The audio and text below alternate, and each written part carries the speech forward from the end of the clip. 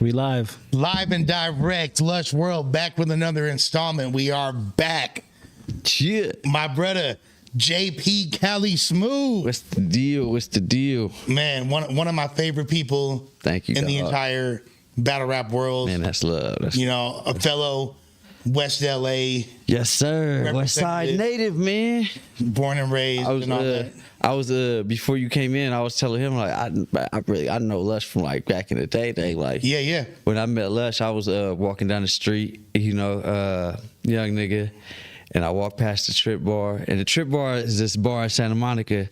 They were the first bar that like really allowed like underground hip hop shows in Santa Monica. You feel me? So like, I wasn't even old enough to get in, but like my homies like Neiman Marcus, Black Lip Swisher Gang, and all them, they was performing like in and out of there, and like I was just like outside type shit, and I saw this nigga. I thought you were just walking down the street. Nah, I was just kind of like just trying to be around the hip hop scene type shit. Okay. But I didn't want to seem like I'm lingering outside because I knew that was lame, but that's what I was doing. You feel me? So you're pretending to linger outside, feel me? which is super cool. But that's how you network, because I actually met you. You did. You feel me? You did. That's actually, see, you know what I mean? Sometimes you got to go out of your way to network.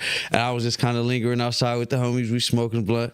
I saw this nigga Lush. I'm like, bro, I watch all the battle raps, whoopty whoop, Then, you know what I mean? I think the next time I seen you, I was at South by Southwest. Yep. Was that That was the contrast, yeah. Damn. The next time I seen Lush. No. There had to have been. No time in between at all. I swear to God. But we had been networking. We'd been chopping social it up. media. Social media. Yeah.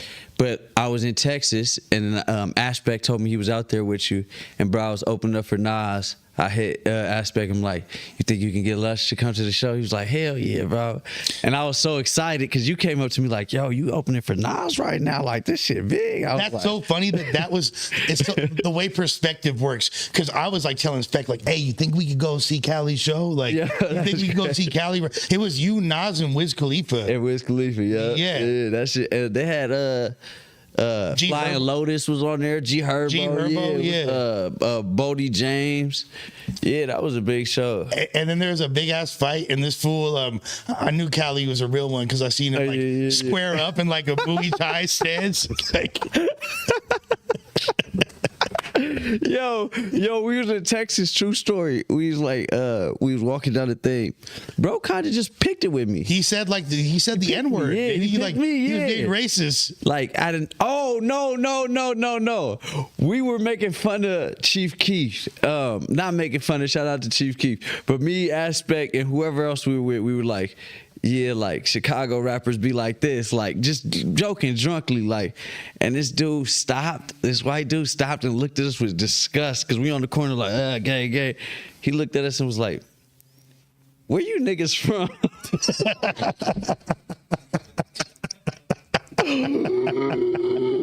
I have never. I'm in Texas though, you feel me?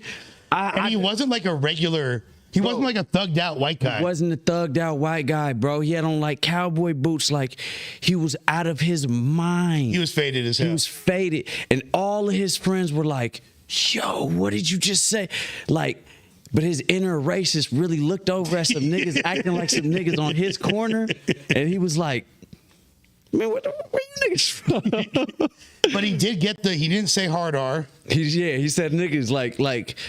But we knew what he meant though, like, because that does not belong in his vocabulary. We weren't even acting like, that's not how we do. We're not on the corner just like, gang, bro, he's in Rovers. That's not what we act. We was honestly joking, pretending to be like, you know what I mean? Like, you know what I mean? We was joking, like, bro, that nigga saw us at the corner. He must have said, oh yeah, man, that was one of but shout out to Aspect One. I didn't have to throw a punch. I had to throw a punch, man. But you squared up. You like literally, this fool did like the Danielson crane. Like, I just wanted to know if he really wanted to fight, because I just wanted to know if, like, I wanted him before the fight started. I just really wanted him to apologize. Like, I wanted, because all his friends was like, no, he's tripping. I didn't want to, you don't want to punch on. My first thing ain't punch on somebody. My first way is the Art of War. And when you read the Art of War, the first book of the Art of War is always give your enemy a way out. True Right. story. Right. And never put your soldiers through a war that you don't have to put them through. You feel me? If you love your soldiers, I ain't gonna put, that's my cousin. That's my blood cousin right there. You know what I mean? I know if anything happens to me, I know he's gonna be right there. But I'm gonna avoid any situation because I love him that much. Yeah. So I'm gonna try my best to avoid anything I can because I love my soldiers that much. So when I squared up with dude, it was just like, get the fuck away, apologize, like back up. I don't even wanna slap you, you feel me? Like, Yeah. the aspect were just bing. Then dude, who else was we with? Other The homie dude. Just L. Yeah, bro. Yeah. Then bro slid him. Then I said some shit right up. I told you. I told your dumb ass, pick your dumb ass homie up. I'm down the street talking to girls because the thing was at South by Southwest, which is essentially a huge party in the street. Yeah, just a big ass, just jumbo party. And I had just I was like engaged. I was gonna get married soon, so I wasn't tripping Yeah, you was. on females, but all the homies Oh, were how the on. tables turned. Oh, how the tables turned. We'll get into that. But all the homies, what they were like trying to do is holler at bitches. So I'm like, how could I make myself useful? I'm like, fuck it. So I would just go up. And then by the second day, I'm realizing if I see a group of Chicana girls, they're for show from either San Antonio or El Paso. Yeah. So I just walk up and I'll be like, what's up, y'all from San Antonio, huh? Like, how'd you know? I'll be like, man, you know? You just felt the energy. Yo, that was Lush's game. He was like, let me figure out this little game plan. Yo, I ain't gonna lie, South by Southwest is some of the best. I went like 6 years in a row. Like, the only reason I didn't go, the only reason I stopped going was because of COVID. They stopped that 1 year. That's how I found that. Okay, that was, so I was in rehab that year, the COVID year. I went to rehab on February 2nd, 2020. Before I went to treatment, I had heard the word coronavirus or Chinese virus. I saw some clip of Donald Trump talking about something But you like didn't that. know how serious it was. Yeah, but nobody did. You know what I mean? Yeah. And then, so March is when South by is, right? Yep. So it was by March, Yeah. the first sign of things kind of getting a little slimy, I see Was when South by Southwest. South by got canceled. I had all my planes, my tickets booked, my room booked. That's when I knew it got serious too. But I still was like, I was kind of like justifying things in my head. I'm like, you know, there's a lot of people coming from Europe and Right, Asia. right. Maybe like, you know, it's. Nah, I'm I was still- sick. I knew something was up. That was my first, like, I started to get worried about it, but I still was like, maybe this is just this one thing. It's not going to be that serious. And then we're doing, at the end of every night, we do this thing called like nightly inventory where we just write down everything that happened on the day.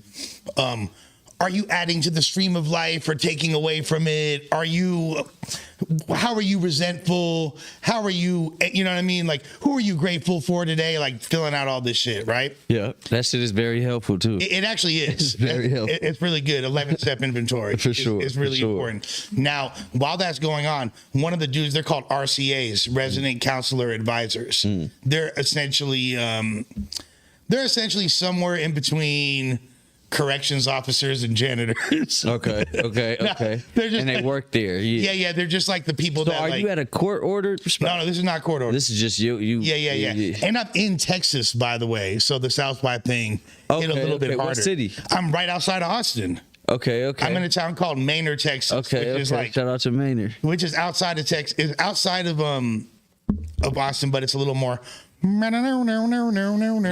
feel me? Like one of them. there's, bro, my neighbors on one side, there's like Confederate flags and all that, like All the whole that, nine. all that. The other neighbors are straight paisas, and they're just like letting shotguns off every 3 hours, abusing their dogs, like it's wild, right? Yeah, real talk. So one of the RCAs walks up and he's like, you know, the NBA season just got canceled. And I'm like, what? What do you mean? The NBA season? He's like, yeah, like they just walked off, like the Blazers and the Pistons just walked off the court in the middle of the game. Yeah, in the middle of the that. second quarter or whatever. And I'm like, what? Yeah, What are you talking about? And I'm like, at that point seriously concerned. Yeah. I thought he was capping. He's like, they're not even allowed to show you their phones, but he shows me his phone. Right. Look. And I'm like, oh shit.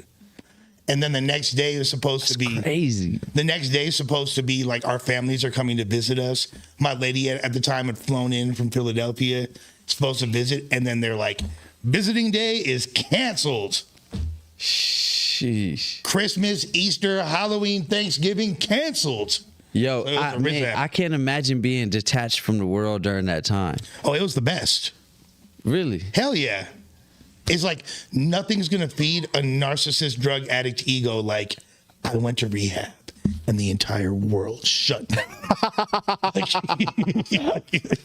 It's the best. Yeah, when I got locked up, nigga, y'all was too. Yeah, the best thing ever. With that being said, welcome to Lush World. Obviously, you can see I'm with a near dear friend of mine, my boy Cali Smoov. Everybody, y'all know what to do. Hit the like, share, subscribe button. Come on. Run it up. Go crazy. If you want us to address something in particular, send a super chat.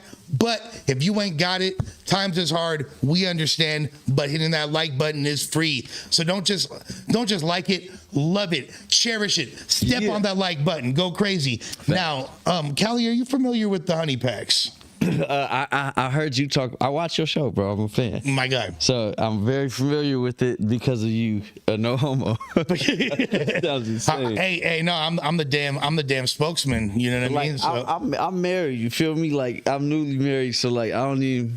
No, I think that's all the more reason. Really? Yeah. I'm encouraging JP and Zuli, if I can, I came to the wedding the other day. I got a box for y'all. All right. That's going to be, I went to the wedding. I didn't bring a gift because I was waiting for this moment to give y'all my wedding gift, courtesy of Royalty Honey USA. Now, so wait, so excuse me if I sound ignorant. But what is it? Is it real honey? It's real honey. It's natural. It's a natural, all natural sexual enhancement. It's like if you put it on your shit. No. You eat it. Oh, okay. Hey, if you guys want to get creative, you know what I mean. Like, so it worked for girls too. It worked. That's the whole thing, bro. You make some tea and both of y'all have a tea party. You can make some tea. You can put it in Hennessy. You can put it on your shrimp fly light. You can do whatever you want, fool. Go crazy. Okay. And it tastes good? It tastes like honey. Okay. Mariah Carey, you feel me? And is it you get a headache after and all that? No. That's the good thing about it. Like, so you saying that, I'm going to assume that you've experienced Viagra before. So, let me tell you, though. I got a homie, right? We went to this... a homie, right? No. And y'all know this nigga, and we just got done talking about him. Yeah. On camera. So that's who this is. The person that we just got done talking about, right? Oh, hell no. So, look, we go to this event, right? And he's like shooting this, like, he gonna be mad when he see this video. That's an ugly sight, bro. It's an ugly sight. So we go to this event, right? And it's like a porn event. And I perform in this shit, and it's like some AVN type shit, but it's not the AVN Awards, but it's like a mini type one. You feel me? Okay. And it's like for the porn world. Okay. And there's shit going on in here. You feel me? It's like, and it's like every time they say somebody's name, like a porn star or something, like they turn the camera, like they'll just pull out a titty or something. Like they was just doing shit, like it was just crazy, bro. Like I do my song.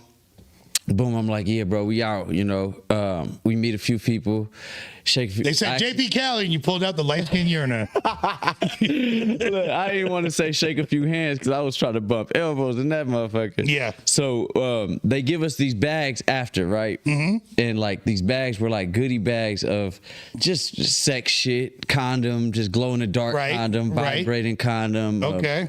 And one of them was like a sex pill. You feel me? A sex pill? Yeah, it was like a sex enhancement pill, right? So the thing said on it said like, no headache, all natural, woo-choo. So the homie he don't drive. So I'm driving him back, right? And bro, he like, yeah, I'm about to go link with shorty, woo-choo. You think I should really take it? Like, woo-choo. I'm like, yeah, like go ahead, you know what I mean? Bro, pop his shit, right? Now, we're in, like, Ontario. Ontario's, like, If you don't know, it's about an hour from LA. Hour and some change from Easty. LA, yeah. Easty. Super easty. The IE. Bro, on the drive, it hits this man, and we're drunk, and like he had been drinking, you know, he'd been drinking. Bro, this man couldn't get himself off brick, bro, in my passenger seat while he's throwing up, and he's talking about he got a headache, rolling down the window, vomiting, bro, talking about I can't get it up. I was like, oh, bro. Look, I had to pull over for him, my nigga, and then we had to shoot the next morning. True story, true story. hell? Look, we had to shoot the next morning, right? The whole shoot. Bro, this man is on brick in the corner, sweating and stuff, sweating off this pill, heart beating fast, the whole nine, off that motherfucking thing that they gave us. After that day, I said, bro, I will never, ever, ever fuck around with no gas station, no honey pack, nothing. You feel me? So, you know, this honey pack you giving me, dog. You know, I got my antennas up. You feel me? I ain't gonna front, bro. Hey, look, I'll just tell you this, all right? It'll make you light as a feather, stiff as a board, knocking it down like never before. For you ladies, it works for y'all too. It'll turn your pool into... Bro was throwing up. An oasis. He had a bad experience, bro. And he was already drunk, and... Yeah, I guess that played a factor. And this is all natural. This is not some like random pill. This is honey. This is from God's green earth. What do they grow them in beehives or whatever? What you got that's all natural? That's gonna make some like what you mean? It's all natural. God's green earth. There's some Molly in there. God's green earth. Hey, all I'm gonna tell you is like this. What I normally recommend it for, or for people. It's your first time knocking shorty down. You want to make a good impression. Really? You feel me? Like, yeah, she gonna not want to leave after that. All right. But being in a relationship, It's for the honeymoon. You gotta add a little bit of the honeymoon. Woo-hoo, that's a double on The top. honeymoon. So, yeah, I think that it's important. Yeah, man. So go to royaltyhoneyyusa.com. Discount code LUSH1. That's all one word, all caps, but there's no cap in this. LUSHUNO. LUSHUNO, one word, all caps. Put it in, you feel me, pause, and you will get 20% off royaltyhoneyyusa.com. Shouts to our other sponsors, Litco Energy Drink, the dopest energy drink on the map. Make you go crazy, you feel me? And with that being said, JP Cali Smoov, you have a really... Smoov, you got a really, really interesting life story. Yeah, man. You know, they say I feel like I'm the human embodiment of the term pressure makes diamonds. You feel me? You know, I really came up with all odds against me, and according to statistics, I'm supposed to be dead or in jail. You feel me? According to my upbringing. You feel me? And I always highlight those things because I like to show and glorify that aspect that I'm not, that I don't live that lifestyle, and that it is possible to make it out being from where we from. You feel me? On the real. Now, getting to kick it with your pops the other day was interesting. Yeah. He's a character, right there. You got to talk to Pops. Yeah. I got to talk at the wedding with your pops. He's an interesting dude. Yeah. Right there. That's my dog. I could see a lot of you in your pops. Really? Yeah. But I mean, y'all are different. But you know what I mean, like he's. So, what was your household like growing up? I know you're from far west LA. Yeah, well, Venice area. Man, like really, honestly, bro, I'm from all over California, Chicago, like. Growing up really early. You were born in LA. I was born in Santa Monica. Okay. Born in Santa Monica Hospital. My first stop out of the hospital was Pasadena, and that's where like we kind of had a family house type thing, and like I lived with my grandparents and stuff, and my mom and my sisters, and like my other grandma lived across the street, like directly across the street. Were you like in the hood in Pasadena? Yeah, man. My family is really known in Pasadena, Altadena. They really know my family out there. They really shook shit up in the 90s, early 2000s. 80s, and they we like my grandmother was a staple on the block. Like she was a community, like everybody knew her. Like she was old, like she was in her 90s, still going to the grocery store, driving around. Like people knew her. Like you know what I mean? Like, and then I got family members that are successful, you know what I mean? Like got that work for news stations and that sing and are in bands. So like my family was really popular in Pasadena. What is your nationality for those who don't know? Because you're like literally every race combined into one. Like Black, Mexican, Hawaiian. You know, those are and I got Native American on my mom's side too. Okay. Yeah. So a lot of people don't know that back in, I mean, even to this day, there's a lot of black gangs actually in Pasadena. Oh, yeah. You got the Squiggly Lane, you got PDL, obviously. Yeah. I heard about all that. I found out about all that like after I moved out past it. Like when I was in Pasadena, I was too young to even understand what my pops and them was doing. You know what I mean? But then you moved to West LA. Then I went to foster care. So I was in the system for a few years. Why'd you go to foster care? You know, family shit, man, and you know, like no knock to my parents at all, because they're both great people, and they both made the best out of the situation they had. But it was like circumstances, and like we didn't have the support that we needed, and it definitely wasn't willing. You know, they had to come, they had to find me, you feel me? And it was a growing up point for my parents, you know. The system was fucked up, bro. I got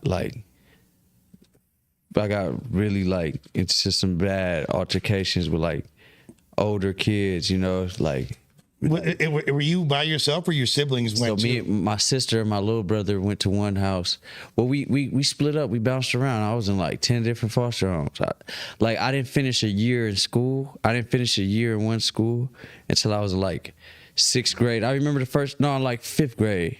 I remember the first time I finished a full semester in like a teacher's classroom, because we would always get transferred homes, and like it was fucked up, bro. Like people were like. I never understood why people would become foster parents to treat children like that. You know what I mean? They're collecting a check, right? It's beyond that though. It's like we went through some really cruel shit. We went through some really cruel shit. We went through some really, really, really, really, really cruel shit. And those people need to be in prison. Yeah. When I look back at it, I be thinking about it sometimes. Like, you know. I wish I had a me that I could have called or something. You feel me?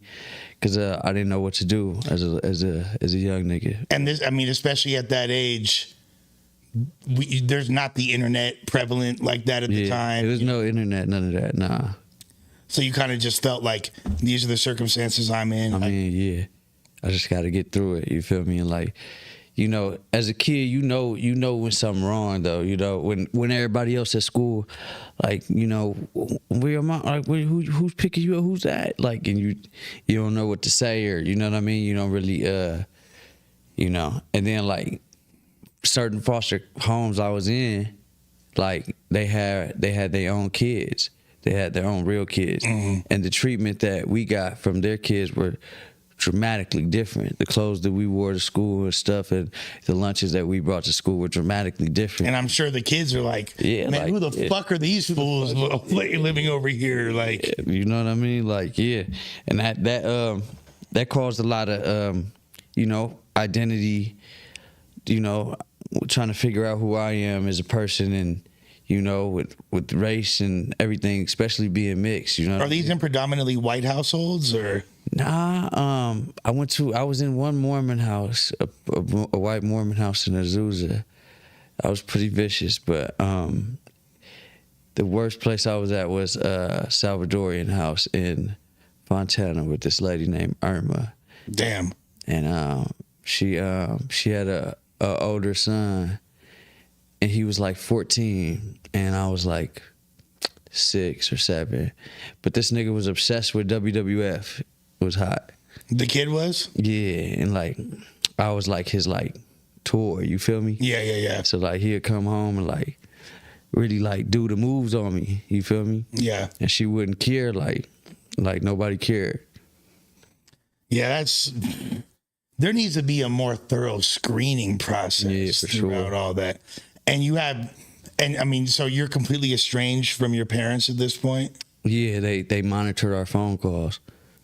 So you can't and you don't feel comfortable being like, hey, like.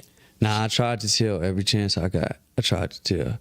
But I remember they tricked me into thinking that the next place I'll go to would be worse.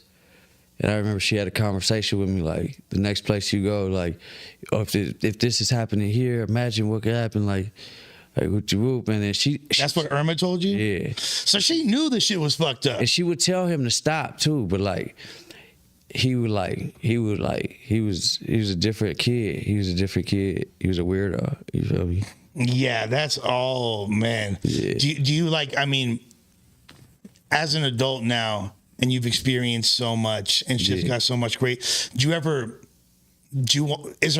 have like the urge to go try to help people in those situations now as a result? Lush, do you see what I do? Yeah, we gonna get into it. I really be in group homes. I really be in juvenile halls. I really work there, and most of that stuff I do is for free. Yeah, the reason that like people don't even understand why I do what I do sometimes. Like close people around me be like, "Yo, you about to drive and go to a juvenile hall for 6 hours?" To do what? What you think you finna accomplish? You think you finna end the game? And I'm like, nah, but I do think that I can have a conversation with at least one person that'll stick. And I have. I've had students come out. I've had students, shout out to a young artist named Money Tracks. I met him at an assembly that I threw at Long Beach Poly. Like, we still keep in touch. You feel me? And like, I have other students that have come to workshops that I've thrown due to Layla, you know, her influence, you feel me? And watching her work in the community. When I hit like a certain age, like 20, I was like, yo, I think I can do it myself. I think I can do an assembly and a workshop myself in the community. So, you know, I reached out to certain schools, put together my nonprofit, and started leading workshops in schools about emotional literacy. Mm-hmm. So I'll talk to each student, we'll address shit. It's all over YouTube. You know, you can just type in JP Cali Smoov teaching or JP Cali Smoov in school. Like, if you go to my page, I still keep in touch with a lot of students. A lot of kids hit me back and still tap in with me because, like I said, you know, sometimes I just be wishing I had somebody I wish I had me in my life that I could have talked to, that I could have reached out to because I didn't have nobody. You know what I mean? So, was it in 6th grade that was the first time you had a complete school year? Yeah, it was around like 6th grade. And then you wind up moving back in with your parents? My mom, she completed all the classes. My mom was a hell of a woman, man, hell of a mom. She completed all the classes and everything. She got custody of us. So it was all 3 of us in a 1-bedroom and on like Sawtell in Venice. You feel me? Grew up right down the street from me, literally. And it was on Military and Expo. That's when I was like, I would say like 8 or 9 at this time. Started going to like the Venice Boys and Girls Club and all that. I went to Overland Elementary, then Wallgrove Elementary, you know. Then I got kicked out of LAUSD. So I had to go to a school in Culver City called Caneer Center. Why'd you get kicked out of LAUSD? Honestly, bro, because I was a young nigga fresh out of foster care and I didn't know how to act. Yeah. And I didn't know, and I was lashing out on my mama because I didn't know how to tell her like how mad I was that everything I just experienced. So I was just tripping. I was just like, yeah, can't nobody tell me nothing. You feel me? Are you low key embodying some of the traits of the abuse that you endured at a certain point? Like, yeah, at that time I was. At that time, for sure. At that time, I didn't know how to articulate what I had been through. I just didn't know how, you feel me? So I was like wild out in school and like I was just but I just wanted attention. And my mom was doing her best. But you've had no real sense of structure. Yeah. The discipline that you have had is not done out of love. It's completely heavy-handed. Yeah. So my pops was in and out of jail. My dad was like, at this point, my dad was still like a myth. Yeah. Like my dad had been like a myth my whole life. Like where I just knew a gang of stories about him. And when we kicked it, it was always, oh my God. But he'll be gone for like a year then. Then it'll be maybe 9 months, and then it'll be like, but like I'll hear all these things and like all these positive things that he did and all these motorcycles he bought and how he was a boxer and how he was on this and that, and like I knew everything about him, but like I didn't know him. You feel me? And but like yeah, like it was like. So what specifically did you do to get kicked out of school? It was just fighting and stuff, like, but like I wouldn't fight regularly. I would fight, throw the desk, like the teacher got to get hit, staplers getting thrown. I'm gonna try to kick the wall down, like I'll be crying while I'm doing it because I'm a kid. You know what I mean? Just going crazy, like. I would trip the fuck out. You feel me? And it's funny because they see you, like, I assume you're like this little pretty boy and shit. Yeah, you know what I mean? So like, it doesn't match. They knew something was wrong though. I mean, as an adult, you can tell when something wrong with a kid. Yeah. Or when the kid wanted attention. Yeah. So all my teachers knew, and like looking back at life, like there was a few teachers that really tried, that really like, but I just wasn't mentally ready for those conversations. You feel me? That's refreshing to hear too, because normally it's always like everyone's always like, and my 5th grade teacher, Mrs. Lazar, she was a fucking cunt. Yeah, like, I had some of them too, but I had she told me you'll never make it. You need to. I had some real ones. Get ready for McDonald's. On the real, I had some real ones that really like tried and like really had conversations with my mom and like, you know what I mean? And like told her like he got some stuff going on in his head, and I wasn't over like childhood trauma till like 20s. Some of that shit we never get over. Yeah, sometimes but like the way I carry myself and the way I act with kids now, it's totally a reflection of what I went through in my childhood. I'm not gonna lie to you, I consider you a good friend. We've known each other for 15 years, damn near at this point. And some of the things you just told me, I wasn't even aware of. Yeah. Because it's not like, and you're pretty out there with your story. Yeah. You wrote your book, you know what I mean? But there's still a lot of this stuff that because of how you carry yourself, because of what a positive person you are.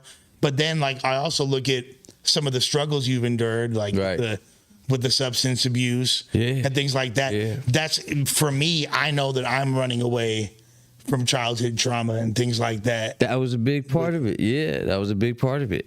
When I discovered drugs, nigga, I was like, oh, I can get away for a little minute. Yeah. I ain't got to feel like that. Because you know how it is, bro. With depression, it always comes it's the worst at night.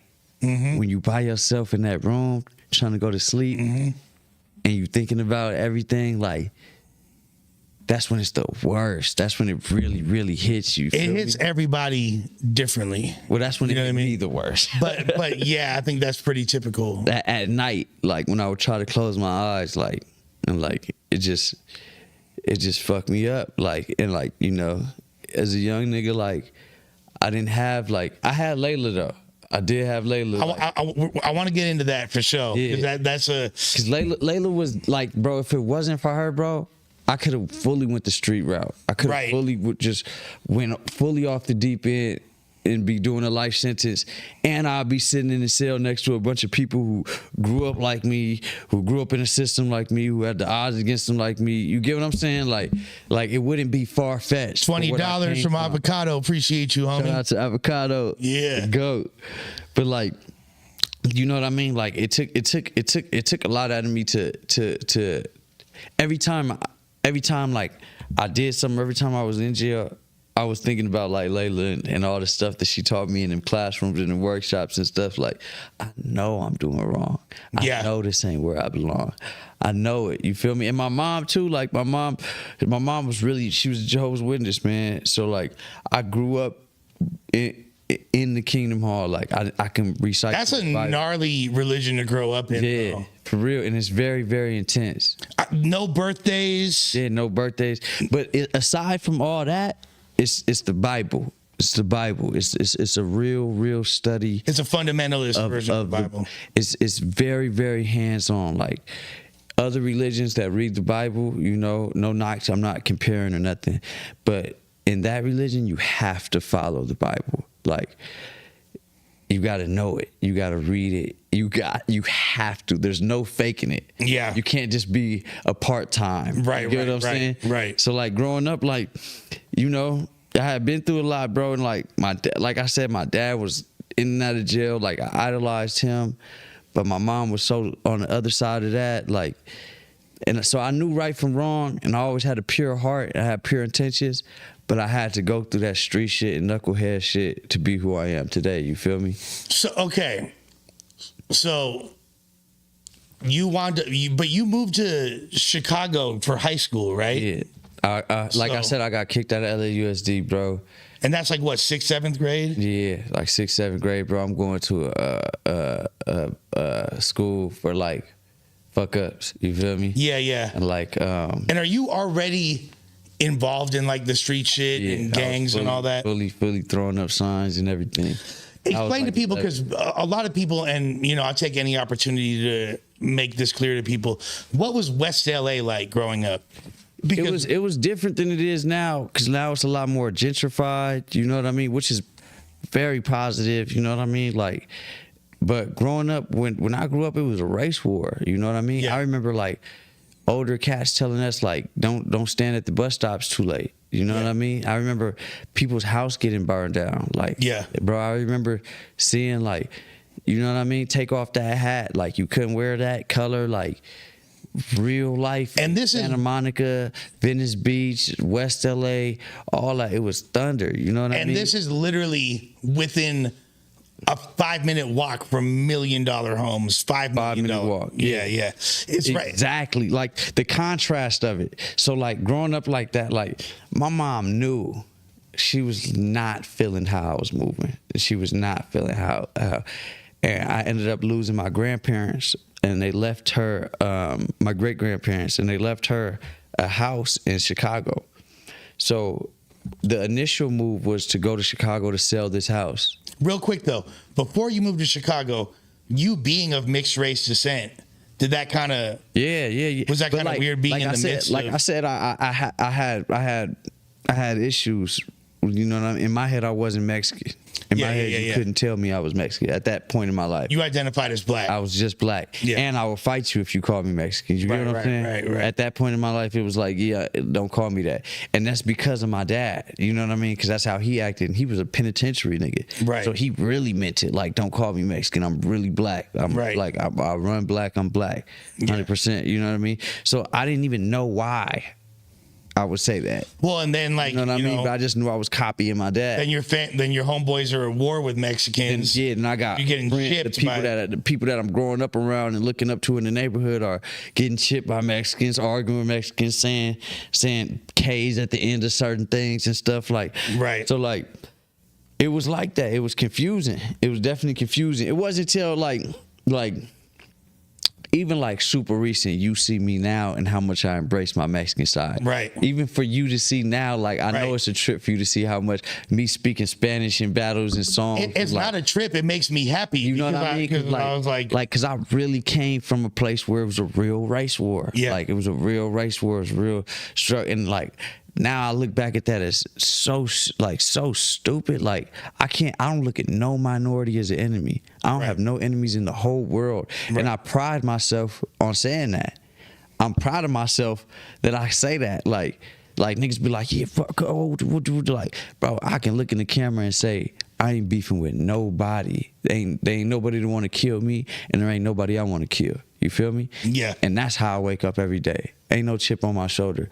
I wake up proud of myself. I can look in the mirror and be proud of that dude. You feel me? Because I could very easily be a statistic. You feel me? Yeah. On the real, bro. Very easily. So then your family moves to Chicago. Your mom's got a crib out there. Yeah. In the south side of Chicago? South side of Chicago. And like... So you're basically moving to a way jankier hood. Look, that's what I was going to say. She didn't know either. She didn't know, man. She didn't know. None of us knew. None of us knew. And there's no internet. This is before the war in Chirac. Yeah. But it was really going on. Yeah. And I remember like my first like week out there having a conversation with some people out there, and I was like, yeah, LA way harder than Chicago. Like, yeah. They was like, yeah, like, nah, Chicago, what you whoop. I remember like when I started like being around, like, gang banging is like, we got politics out here and like structure and like big homies and orders, and like if you from somewhere you named after somebody, and like out there it's none of that. It's just young nigga with a gun that'll kill you, that throw up a sign, we all from over here, we from over here, we don't like them, let's go kill them, you kill my mans, we gonna kill your mans. And their value of life is so small. Like, even when they lose a friend, they be like, RIP for a week and it's on to the next. You know what I mean? Unless that person was a super factor, then they'll name the hood after. Yeah, then they might name it. You know what I mean? But like, death is so sudden out there. When I got to really be in Chicago, but I ain't gonna lie, bro. I was outside out there. I was young nigga. Like I was in high school. Like, I'd be lying if I said I went out there on a positive tip. I went out there still learning my lesson, got kicked out of schools. You know, I feel like Chicago was the first place to really popularize and mainstream the disrespecting of dead. Yeah. To that degree. Yeah. I mean, that was going on before social media. I was in Chicago before social media. Understand? I was there before y'all knew who Chief Keef was. Right. It was really like that. Right. It was really in real life like that, where I began to think it was the norm. I finished all 4 years of high school out there, finished 8th grade out there. I became a different nigga because Is that why they called you Cali? That's how I got the name Cali. Yeah.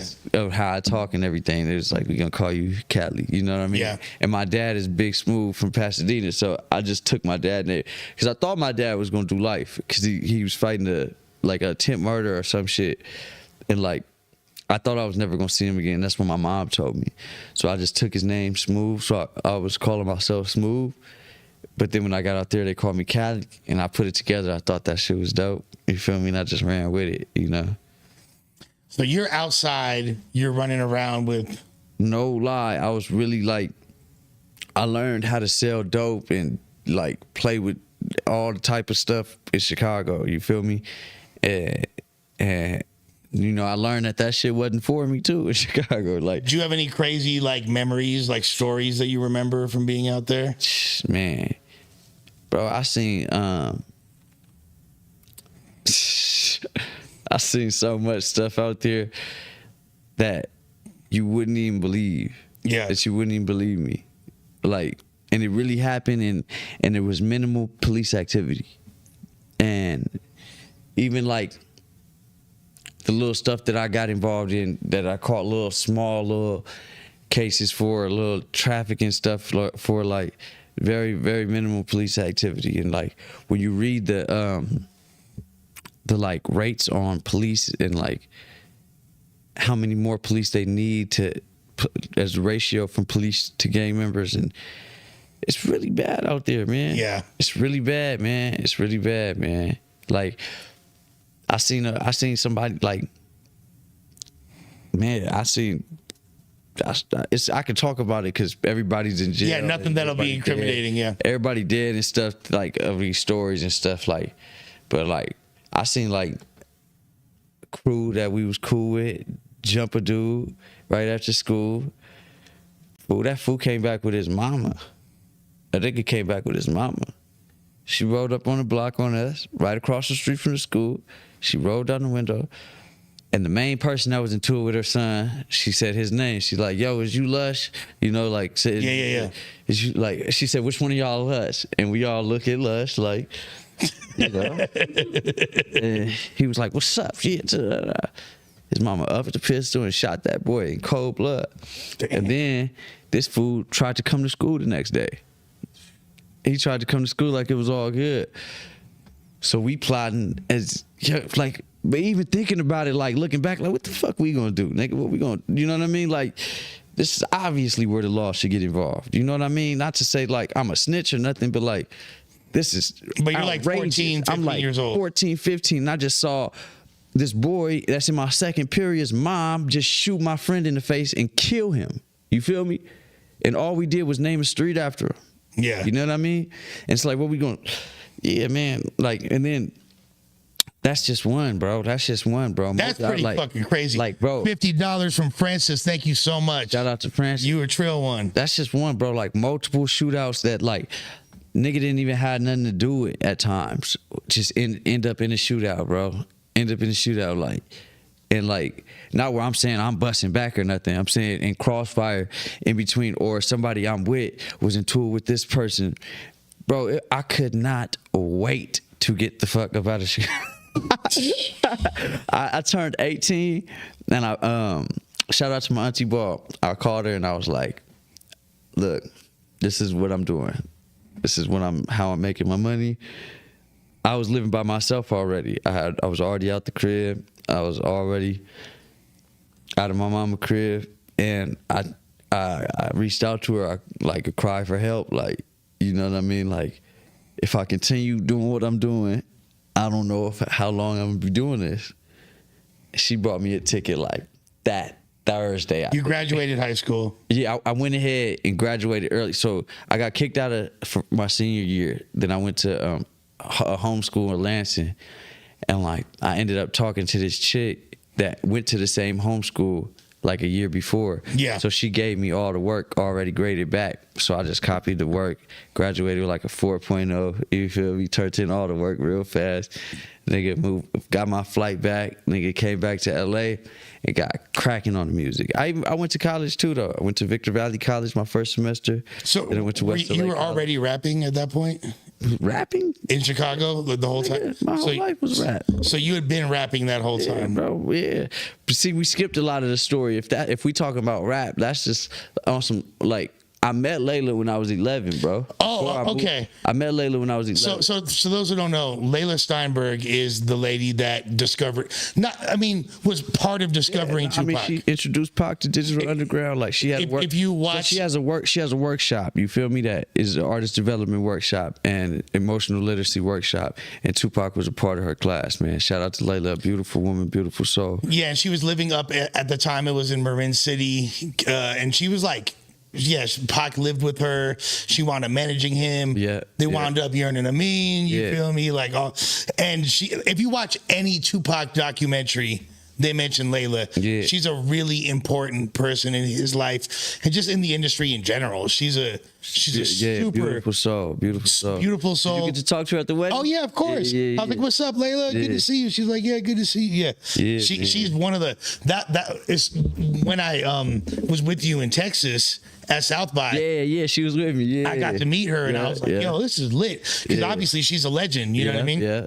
But like, I met Layla when I was 11. I had did a poem at her open mic and she took a super liking to me. Okay, I didn't know if that was before or after. Yeah, that was before, bro. Okay. That was before. Like, I was already, by the time I moved to Chicago, bro, I had a super rap ego. Because I was like, nigga, I'm the second coming of Tupac. Now, keep in mind, it's not only just Pac, but Earl Sweatshirt, too. Yeah, Mac Mall, man. Like, Mac, but man, like, shit. But like, obviously, Mac Mall, Ray Love, Pac. That was like the first generation of Layla's tutelage. And then it was Earl, and she's like one of the she kind of helped get Earl home from shout out Guam to my boy and all Earl, that. Man, that's my nigga, man. Shout out to Earl. So that was a crazy lineage right there. And her kind of, I felt like she kind of was looking at you as next up type shit. Nah, but see, me and her relationship has never been like handouts. Like I lived with her when I got into that bad car accident. Like it's always been like a mother thing. Like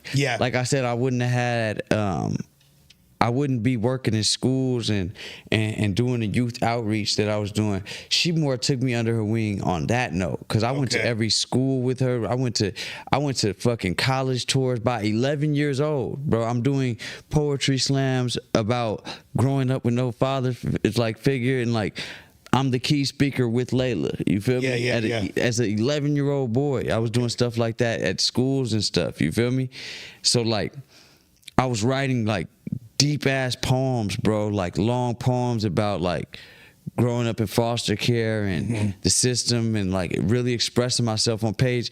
And then I would go to juvenile halls and rap with other little kids. Yeah. As an 11-year-old, 12-year-old boy. Yeah. I was doing that as a little kid. So That's when crazy. Yeah. So when I went to Chicago, it was like, like I said, I knew right from wrong. I knew what I was doing was wrong. I knew even on the biblical side, like I just, like, you know what I mean? Like, so when I came back to LA, I was 18. I jumped right back into like rocking with Layla, working in the schools, you know, doing her thing. You feel me? But it wasn't until like a little later where I really started doing my thing with it. Like, and I branched off from what she taught, and I took her lesson plan and I expanded it. Bro, like, I done led assemblies in Long Beach Poly, Santa Clarita Elementary, Buena Park. I had my own assembly in Hawaii, bro. I taught in Hawaii Juvenile Hall. You feel me? Great. All on my own, not with Layla, by myself. I taught in Sweden, bro. I taught in 2 youth centers in Sweden. You know what I mean? I lived in Sweden, moved out there, was out there for like 30 days, you feel me, teaching a hip-hop course, you feel me, from a class I started, curriculum that I made up myself, you feel me? Right. And got funding to do it and did that, and I'm still pushing it, of course, but of course I got a lot of things that I'm doing now. I got battle rap, the acting, everything, you know, so I can't focus as hard as I want to on the school stuff, but I'm still in and out of schools. I'm still popping up and doing as much community work as I can. I you know what I mean? What I see in you, and it's relatable, you know, being a fellow Sagittarian and all that, like, it's duality. There's a lot of duality. I mean, your whole life is a dichotomy from being entrenched in all this positivity, which spawned from this really traumatic negative experience of your childhood. Facts. But then you still kind of like veer off into the street shit. Right. And so you're simultaneously trying to lead other people in a positive direction. Right. And be a beacon of positivity. Right. But you're not taking your own advice. See, but now I feel you like are I'm fully on the other side of the fence now. You now, are. Like I be telling niggas, you can't even get in my car with a hammer. Right. Like if I'm picking you up and you my homie, like we gonna have that conversation. Yeah. We might argue about this. Yeah. But yeah, bro, I'm sorry. I don't need that energy in my car right now. But that's within the past couple years. Yeah, within the past, like within the recent, you feel me? I've been really, really, really protecting my spirit, protecting my peace, protecting my mind, protecting my body, my soul, my spirituality, everything. Like, that's what comes first. You know what I mean? When I decided it's not about anything besides what makes me happy, my life changed, bro. Like, even like quitting drugs, quitting alcohol, like just 2 years ago, like, you couldn't catch me sober one single day, you know? Quitting that life, putting that behind me, going out, drinking, you know, just hanging out, you know, with people that I know I'm smarter than, you know, putting that life behind me, bro. I swear to God, bro, about 30 days in, I was like, what the fuck was I doing? It felt like that. Yeah, it felt like I climbed out of a cloud that I was just stuck in, and I started seeing my potential. I'm writing the best raps I ever wrote. I'm staying in the studio 3-4 days, like up off pure adrenaline, making greatest music. You feel me? I'm working out. I'm benching 205, 225, getting healthier and healthier, running miles. Like, my whole life right now has been moving on a more positive and higher frequency, and I give all glory to God. You feel me? Definitely sobriety. You know what I mean? Like, I have had my little relapses. Like, I drank in my wedding, had my little cups and all that. But like the nigga I was compared to like this year, I drank like 2 times. Nah, you were a mess. Like, we used to have our face and damn powder together. Like, we've had experiences. You feel me? But like this year, like I drank 2 times. That was on my honeymoon in Mexico and on the night of my wedding. You feel me? But like, other than that, I'm not out here like. I'm fully stepping on the. I don't say certain verbiage no more. I don't hang out with certain niggas no more. I don't rap about certain things no more. Like, I just want to be happy. I want to be at peace. I want to wake up and be happy, bro. And I feel like the biggest part of that is letting go of the world's vision of you, how the world will see you. And when I let go of that, more people started gravitating towards me. More people were like, yo, you a genuine dude. And I see that on your day-to-day posts. I see that in your captions. I see that in your battles and what you talk about. Every one of my battles, I be talking about my life. Yeah, These dudes do punchlines back to back. I told Loso, what I say about sobriety, like, honestly, I'm struggling with my sobriety. The doctor's prescribing me Zoloft. I'm clinically diagnosed with paranoia and anxiety. My life ain't sweet. I wake up every day praying I don't end violently. Like, I was really talking about my life. You know what I mean? I told Reverse, leading up to this battle, I wasn't sleeping at night. On my life, you wouldn't understand the type of demons I fight. Like, I'd be really talking about my life. And when you look back at my battles in them certain times, I was really depressed, bro. I was really rapping about it, bro. I was pouring my heart into the You put your life into it. I was really putting my life into this shit, fool. Like, I was really talking. And then now, when you hear my content, I ain't gonna say preachy, but I'm more like, I can't wait till y'all drop the Saint battle. Yeah, I was really talking to Saint about gangbanging. For sure. I was really talking to him about how I lost homies to gangbanging. Like, I watched two gangs. What I say, nigga, Saint, you can't imagine being mixed. This is what I hated the most. You ever watch two gangs beef and you related to both? I used to say, stop calling me Mexican in my battles, till I had a conversation with my granny. Could you imagine trying to explain to your abuelita that an SA tried to stab me? Then growing past that mentality shows my greatness today. This is backwards. Why am I trying to demonstrate faith to a saint? Bro, I was going crazy. Like I was really, like, that be my content now. Like, when, you know what I mean? Right. Now, you know what I mean? I told Jay Murder, niggas gonna think I'm awkward in life because I rap about how I can buy a house with 1% of the property's price, sit and resell if the profit is right. This battle is free. Not being financially literacy is the only thing that's gonna cost you tonight. I was like, you feel me? Like, my content now, bro, I be trying to educate. I try to push. I just tell who I am. I tell my story, and I try to give a role model. I feel like you put that more in your battles than you do your music. Yeah, I feel like, yeah. I mean, I got some fully positive songs though. I got some cool. You do. Save the world songs. Though, you do.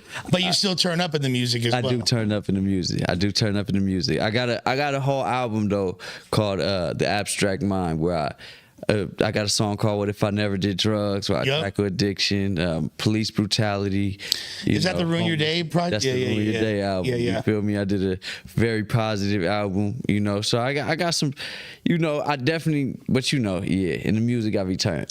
But I think that's also because people don't fucking listen nowadays. Exactly, bro. Exactly. Like, sometimes you got to get people's attention with something to lead them into something else. You feel me? Like, you can't always be one thing, you know? And honestly, I get a lot of that.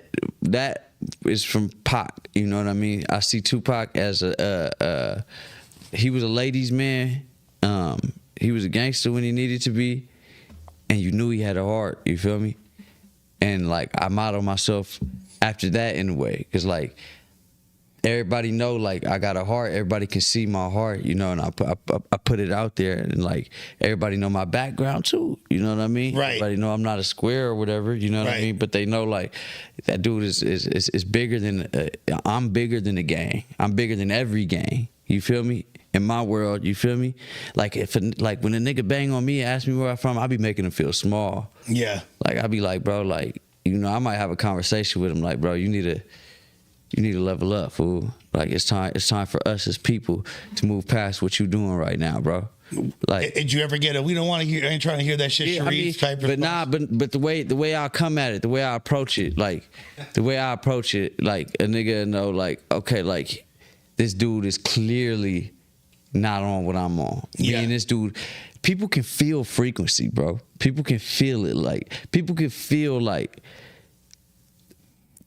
some people won't even want to be around certain people. Like, right, for like, sure. This dude is too, like, some people like, oh God, bro, like, dumbass, ignorant ass, just nothing ass niggas feel like nothing ass niggas when they're around me. Because if you try to talk to me about your last 10 fades and how you pistol whipped a nigga and how you this and that, like, bro, I'm not gonna give you the response you think. You're not gonna get no cookies, no flowers.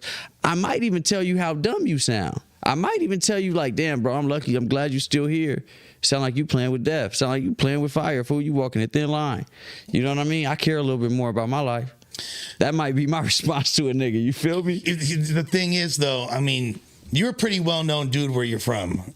People, if you're from the West Side, people know where you're from. Yeah. You know what I mean? And your section got enemies. I mean, I ain't no gangbanger. No. But like the people you were around, you know what I mean? Like, do you ever run into those people that were into it with your people and shit like that? And like, I don't even know. Shit, ain't nobody ever approached me with none of that. It's not like that. And I avoid all that. I avoid all that. Like I said, I ain't got no enemies in this world, man. I got nothing but love for any black and brown person. I don't understand. Look at this level of maturity my boy has. Real shit. Like, this is bruh. I don't understand how this group is supposed to be this group's enemy because we relate to each other the most. You get what I'm saying? Like, you grew up down the street from me, right? Your group wears a different color, or your group says a different word or a different terminology. Excuse me. Those people in this whole community are the people that relate to you more than anybody else, more than the old ladies at the store, more than the doctors that work at the store, more than anybody else in the community. The people that relate to you the most be your enemies, or who you think to be your enemies. And really, why are you beefing? Because somebody from that same block 3 decades ago had sex with someone's girlfriend. Like, yeah, like, I mean? Literally. It'll be some dumbass shit. Like, I really be pushing that, bro. Like, I really be wanting my people, my friends, my homies, all to we can't see minorities as enemies, bro. We can't look at another dude. Cause like, bro, I got memories of really being on the block. And, you know, being from the west side of LA, it's diverse. You know what I mean? Very diverse. So, like, you'll see a group of white dudes, group of Asians, but I done seen people that I'm with see a group of black dudes and be like, yeah, I'm about to go see about that. I'm about to go see, hey, where you niggas from? Hey, where y'all from? Like, wait a minute, bro. Hold on, wait a minute. You just stalled out the white folks. We just walked past all these groups. Stalled out the Asians. These Arabs is over here. Like, stalled out the people from the Middle East. We got some self-hate we got to deal with. Bro, and I'm not with it. I'm not playing no role in that. I'm not entertaining it. I'm not playing no roles in that, and I'm not pushing it or encouraging it to my next generation. And, like, I got homies and friends of mine who be mad at me when I talk like this, who do say the shut up Sharif shit. Right. But they kick it with me less too. Right. They kick it with me less too. They're doing you a favor. Yeah. You know, but like, you're weeding out the people that aren't on your frequency. Exactly. And when people do come around me, they know what I'm on. They know what I'm on, fool. They know what I'm on, fool. Like, they know what I'm on. And it's not like I'm out here knocking door to door selling Bibles or nothing. It's not like that. But I'm just not allowing anything negative to enter my circle. I've been through too much. I've been through all the negative stuff that you can possibly imagine. When people say worst case scenario, I've really been through the worst case scenario, fool. I really did. I saw everybody that I love die. Everybody I grew up with is dead, bro. I ain't got nobody around me that I started day one with. You feel me? Unless they blood. Because everybody dead. You feel me? I lost everybody. Family members and everything, bro. I mean, yeah, and like beyond shootings, car crashes, you've been there, like jail, everything, bro. It's to where I look at that, I see a young nigga, man, like, because I'm still a young nigga. I'm talking like I'm super old, but I just see a younger person and like I'll see where they going wrong, and I want to reach out, like, man, like a big part of me be wanting to like talk to Kodak Blacks and stuff. Like, I just wish I was your homie, not because I want nothing from you, but I be feeling like I feel like you just should have somebody like super conscious in your corner, like me, that would tell you like, bro, we ain't gonna do that. We gonna turn this one down. It's okay to say, it's like, it's okay to ignore this negativity. It's okay. You feel me? Because his influence, I'm not even singling him out. I'm just saying, I'm just using it as a reference, because his influence is so big on the younger generation. You feel me? That people think that that's what it is. You know what I mean? So, looking at it from a chronological perspective, you come back to LA, you're 18, you dive right back into the music. That's around the time I met you. I think you were like 18, 19 years old. But at the same time, you go back to the streets as well at that time? Yeah, right away. Yeah. And is it kind of, are your homies kind of like, well, you were able to avoid a lot of beef and shit because you weren't there for your high school years, right? 100%. Which is probably a good thing. It was a lot of good things, and like it was, But I was in some whole other beef in Chicago. It was same shit. It was same shit, but like when I came back, I always had I was always the and I still am like the rapper in my circle. You feel me? Yeah. Where I act like the rapper in my circle. Yeah. Where I make the plans. This is where we gonna go. This is how we gonna go. We gonna move this way. Right. You get what I'm saying? And even when I was younger, I was still doing shows. I was still doing battles. So I moved a certain way. Always. It's by the time I hit like 18, I had already had like internet virality. You feel me? Like where people knew who I was everywhere I went, or like in the city of LA, people knew who I was. You feel me? So like I moved a certain way, you know what I mean? Like, and like I was hot in jerking. If you didn't know, I made some jerk songs that went super viral. New Boy Smoov? Yeah, you know, I was in the jerk movement really tough. I was doing jerk songs, getting thousands of views. People don't realize. People don't know how big the jerk movement was. I mean, YG, Draco, they're all from the jerking scene. Yeah, all them people that he naming, like they had jerk songs. Like we were all jerk. That was the wave. Like, yeah. When the Bay was hyphy, you know. And I was a popping jerk rapper. I made up my own dance and all. Like I had, I had the scene jumping. You feel me? On the real, like, so like I was doing viral shit. Bro, I'm not gonna cap. Like my whole life, like when I was 11, like all the way to Chicago, I was rapping, doing like setting up battles, and then I got back to LA. And I'm not bragging or nothing because I'm not rich or nothing. Like, you get what I'm saying? But I'm just saying this has been my life. Like I've been the viral nigga out of my group. You get what I'm saying? So did that kind of also make you a target to a degree too? I mean, when in my younger days, because I was a hot boy. But now it'd be all positive. Every time somebody comes to to anything I'm doing or greets me, it'd be respect. It'd be love. You know what I mean? Nah, absolutely. You like, it's clear, and I understand why you're making such a point to really emphasize that you've transcended all of that, because you have. And a lot of niggas will walk the line or wobble it and be like, I'm just conscious. Nah, bro. You know what I mean? I'm not going back to jail. I'm not doing it, God forbid. You feel me? You know what I mean? But like, I'm not. But you did wind up doing some time. Yeah, a few times. I got into some little stupid ass shits. But you know. What was the longest stretch that you did? Not long at all. Like fucking 2 weeks and shit. Okay. I beat cases. Okay. I beat. You just went to county. Yeah, I don't even want to talk about the charges, but I beat like stupid shit. I beat like 3 felonies. Okay. In all different cases. Okay. And I got charged with 1 misdemeanor in a couple days, but I did some community service probation, and I did some time in stupid ass shit in California. I did some time when I went to college at Victorville. I ended up getting in trouble for some dumbass shit. But like nothing crazy. I never did no long stretch or nothing like that. You feel me? Okay. But jail sucked. Jail was an eye opener too. Jail sucked. I realized in there real quick, like, man, I am not one of these dudes.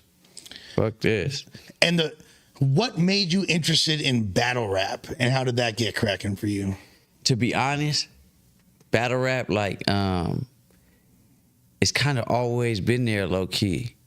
Like, it's kind of always been there. Like, I used to love writing diss raps, like battling people at school and stuff. Cause I had been rapping, bro. Like, I can't even tell you the first day I remember writing a rap. I had been rapping because my dad and shit, like everybody rap. So I had been rapping, but like I would write bars just in case I got into a battle. But when 8 Mile came out and it showed what a battle was and it kind of like set up a structure, that shit turned you out. Oh, nigga. But you're super young. You're like 10 at that time, Yeah, right? bro. Like, I was 10 with the headphones on, nigga, thinking I was Eminem, bro. Yeah. On the real, bro. Bro, right now I can recite you any round from 8 Mile, nigga. From even his rehearsal when he was battling Cheddar Bob. You feel me? Yeah. Bro, I can recite any of the bitches because I watched that movie a million times, bro. I thought I was Eminem. For real, bro. And so you got the battle rap thing going on. You're making music, doing shit with Layla. At what point do you start gaining industry attention? Because a lot of people don't know. Yeah. You had a couple deals. Yeah. Had a couple deals, man. You know, certain shit didn't go as planned, man. It's always fascinating to me. You were working with DJ Quick. And yeah, people talk about yeah. And DJ Quick, you know, despite whatever might have transpired in that situation, he's a legend. You know what I mean? Like, This is one of the most coveted producers in hip hop history, and you guys are working side by side for a fat minute, right? Yeah, like a year. So you're like a year, and you're doing songwriting for him. I kind of did everything for him, and it didn't turn out the way you wanted it to ultimately. Nah, I didn't. We did like 20 songs. But you had a record. Like never see the light of day. But did you? You had a record with Wiz Khalifa. Yeah, we got. That's what I'm saying. Like, it didn't turn out as planned and everything, and like a lot of broken promises and stuff. But there was good out of it. I do got a record with Wiz Khalifa. I got a record with Problem. You know, I got a record with Sugar Free, Buddy, Dave Foreman. Quick Son is still my homie. We're still tapped in. It's just that situation didn't go as planned, and I ain't even gonna shit on nobody or nothing because I ain't got nothing negative to say because I'm doing great in life and I got a smile on my face. So, but that was at the time. Were you disappointed with the way that transpired? Super, bro. It make me want to stop rapping. You know what I mean? Like it was like because I looked up to Quick so much. Yeah, because y'all have like a similar. You got like the way you rap. You got the smooth Cali delivery and all. I don't even think he saw that. I don't even think he really saw who I was. So why did he? What made him want to? I know he didn't really see who I was.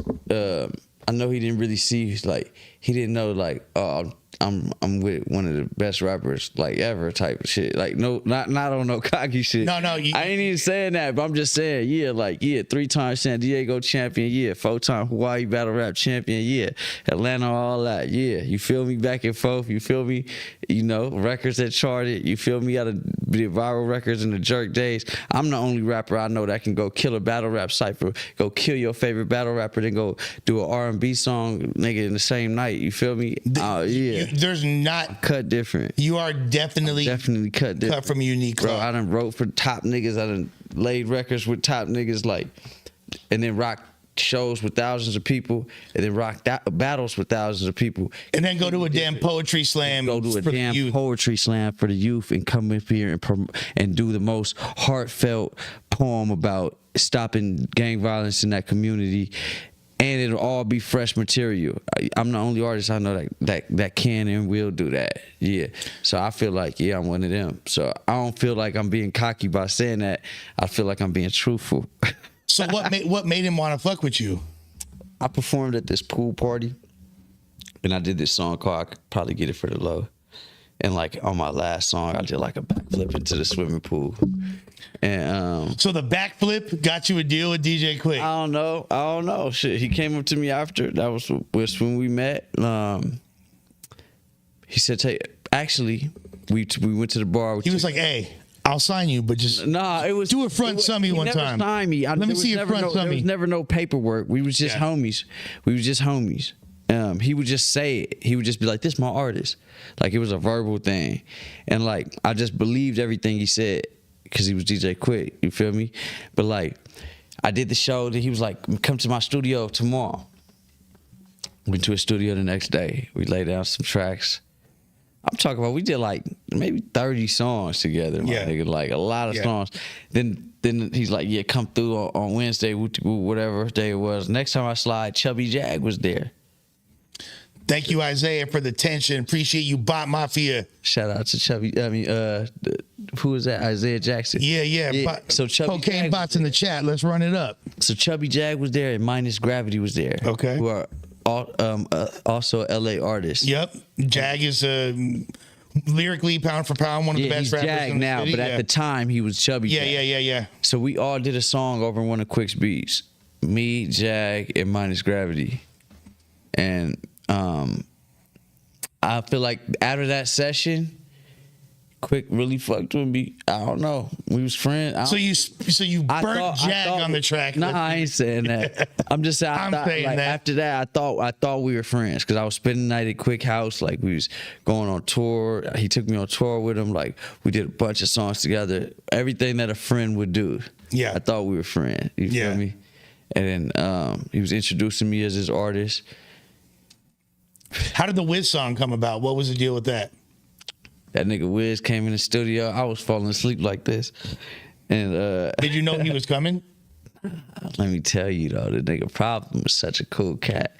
I got a song with Problem called Royal Rumble 2 that'll never see the light of day. Problem is very underrated. Super hard. Problem could really spit for real. For real. And I got a lot of my style from Problem, man. Problem showed me how to do how to really do how to layer my auto-tune hooks and how to do melody. Not showed me how, but I watched him do it. I watched him do melodies under his hooks and stuff and do extra layers on his hooks, and it made me start doing stuff like that. He added a crease to your cranium. Yeah, he expanded the horizon. Problem that him and I Am Sue, that $1 Million Afro tape.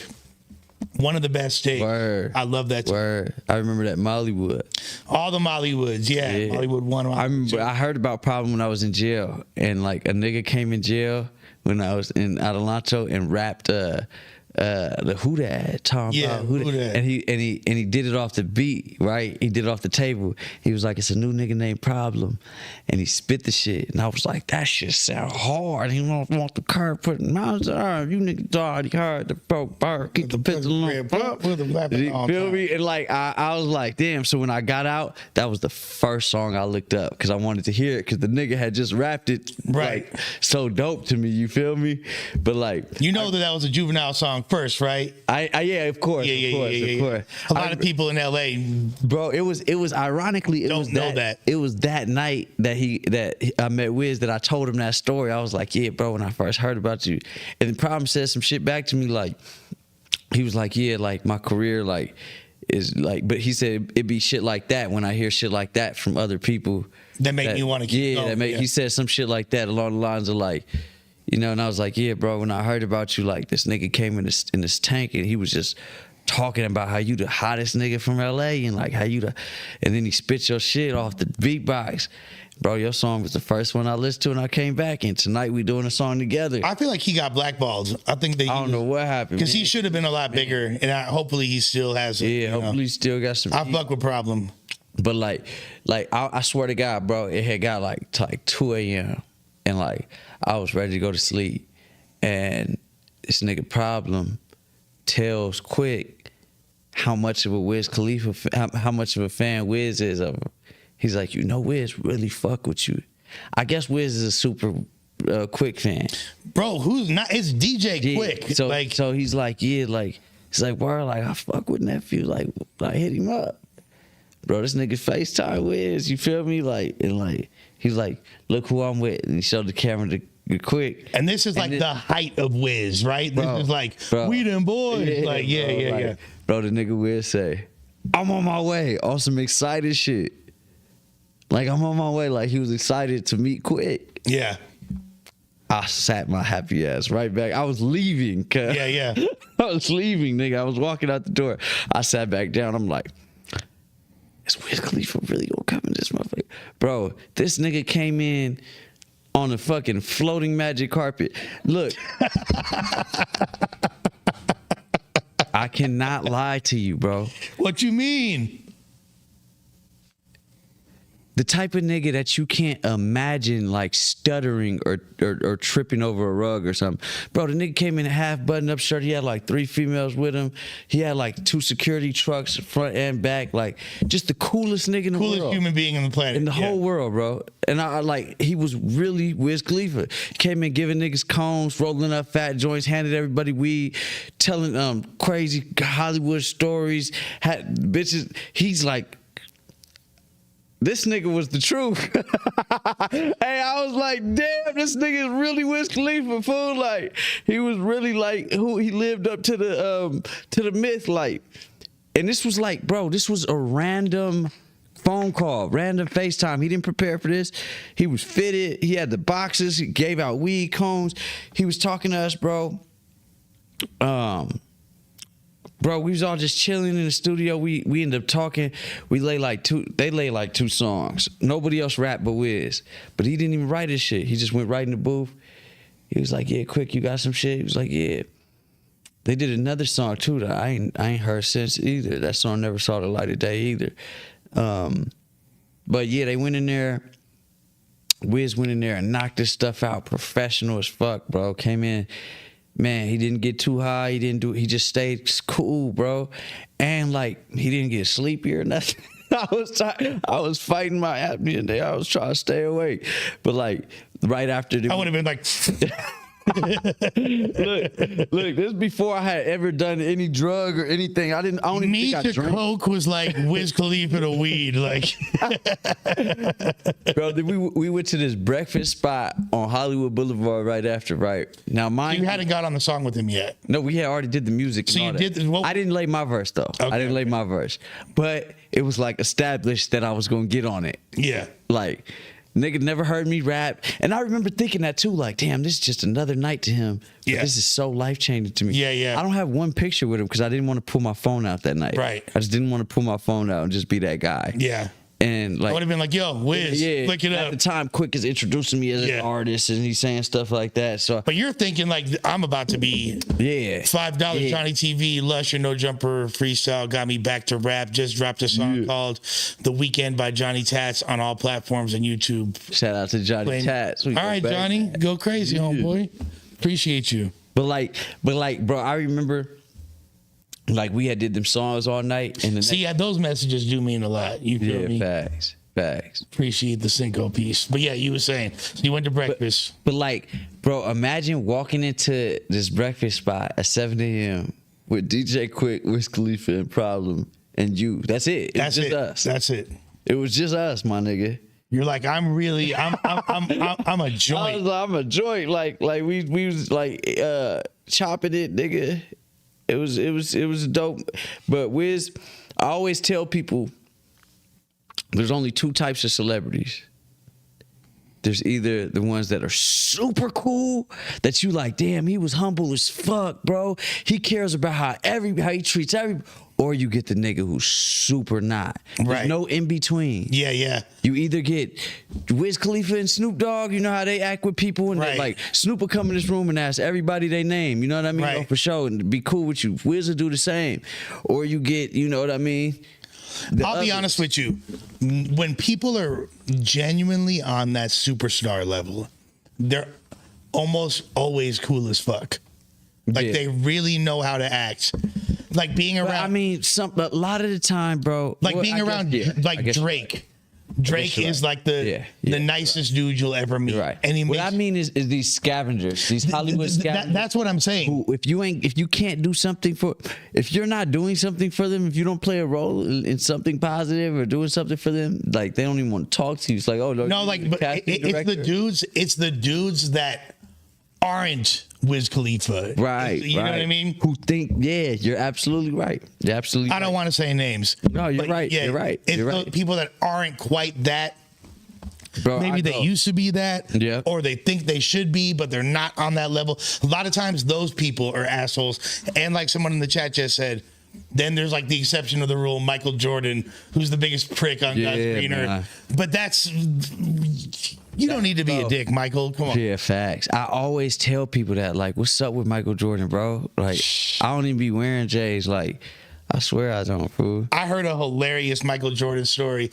Apparently, Michael Jordan used to like fuck everything with a skirt on in Chicago. Oh, really? Yeah, like he was just, of course, he's Michael Jordan. Yeah. Getting all the pussy, wearing fucking size 48 jeans, with, just dressing terribly, whatever. Yeah, I hated the Chameleonaire story. The Chameleonaire story did it for me. Oh, yeah, that's fucked up. That was it. That was fucked up. Cool on him. No, but so... And this isn't even a bad story, but it's just kind of funny that two of my homies from Chicago and or one of my homies and his boy, and they're like, he's white, right? They're white kids. They're out partying all night. Kids in Chicago are crazy partiers. People don't know. Like the house party, like going up. It's going. Yeah, it's going up. It's going like up. Like the rave scene out there is. So they wind up coming home. It's like 6:37 in the morning, going and stumbling drunk. Leaving the house after just fucking his homie's mom is Michael Jordan walking out the crib, and they're like, Mike, what's up? And he just like ignores him, brushes him to the side. He didn't say anything? He didn't say what's up or nothing. He just like walked right by them. See, I'd have shot him and thought he was a home intruder on accident. That would have been my claim to fame. I would have shot Michael Jordan. Nigga, I would have been y'all would have been mad as fuck, but his shoes would have been twice as much more, and they'd been classics for y'all. But I'd have killed him. Yeah. Oh my God. But no, I love Chicago. I've had some great times in there. Yeah, I got family all through there, South Side Chicago, West Side Chicago. Great people. Yeah, to this day, I rock with my Chicago fans. I fuck with Chicago, man. Like, I fuck with Chicago, man. I fuck with Chicago. Okay, so it'll take a lot to go back though. You do, yeah. you do the joint with Wiz. Shit goes up. Does it actually come out or? Yeah, we was number one on iTunes. Yeah, it was cracking, right? Like cracking. It's still out. It's still out. Still doing numbers. I still be getting little BMIs and all that. Yeah, so that did really well. I was really proud when that happened. I remember first time I heard that, I was like, my boy is arriving. Thank you. The world's about to see what we all see. Thank you. He's about to. But then, what wound up happening with the Quick situation? Man,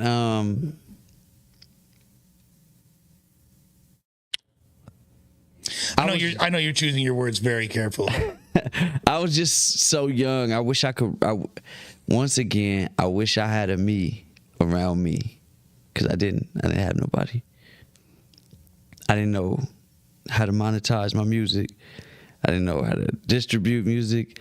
I didn't even know what it meant that I'm on this song. I didn't know how to get money from it. I just knew that, bro, I was like sleeping in like, bro, my homie's hotel, bro. Like, I remember like my homeboy had like a hotel in Gardena, and I was staying with him at the time when the song came out. Like, and like, I remember like, I was sleeping on his floor in the hotel, and the next door neighbors were playing the record. And like, they played my shit through the wall. You didn't even know. No, they didn't even know, but I felt so small, bro. And like, I didn't have a car at the time, bro. And just to put it in perspective, you're helping DJ Quick kind of like be relevant for the younger generation. It was, bro, like, and like my homeboy. Are you kind of showing him what type of beats to make that the kids like? And not even so, but like my homeboy like plugged him with like performing at the Staples Center, put bread in his pocket. Bro, we were just friends. We were friends. We were really friends. And you know how I treat my friends. You're a good friend. What I mean? I'm a good friend. We were friends. I thought we were friends. You know what I mean? Yeah. So what went left, really? We never had an argument. We never had a fall out. I don't know what happened with dude. But I know when I started asking questions, our friendship stopped. When I was kind of like, okay. So how come my name is on this song like that? Like, so where does the money go for me? Like, how does my percent get? Like, what's up with this song? And like, I had a song with Problem that he produced, or kind of co-produced a little bit, and I just uploaded it, put it out myself. I just put it out on all streaming platforms, and like 2 days later, it was flagged and took down. And like, I guess I didn't do it right, but I was so young, I didn't know, but like, it was communication. I just thought, nobody talked to me about nothing. I got this song in my email, like, I want to drop it. Like, you just dropped a song with me on it. How come I can't drop this? Okay. You feel me? And like, bro, we never even talked since then. There was never no, yo, bro, what happened? Can we talk this out? Did you try to call him or? I did, bro, but I was young. Like, it was like, I'm like a 22-year-old kid at the time. Like, I'm still trying to figure out everything. So it was just like, I looked up to him. So I looked to him for guidance. So I expected him to tell me what was cracking, but it was like I had to learn the hard way. Like, you know, you got to get it on your own in this industry. You can't expect nothing from nobody. With that being said, though, it sounds like there's room to repair that relationship. Nah, do your thing. I wish the best for him. Do your thing, fool. I'm doing great. You know what I mean? So you have no desire to. Nah, it's all love. Sometimes you just love from a distance, bro. Like, yeah. Like I said, I still tap in with his son. I be swiping up his story. I still tap in with Dave Foreman, LaDonna sometimes. These are people that were mutual people in our circle. I still tap in. I learned what I learned from that. Nobody can ever get me like that again. I gained what I gained from that. You know what I mean? And do you feel like you had great musical chemistry with him?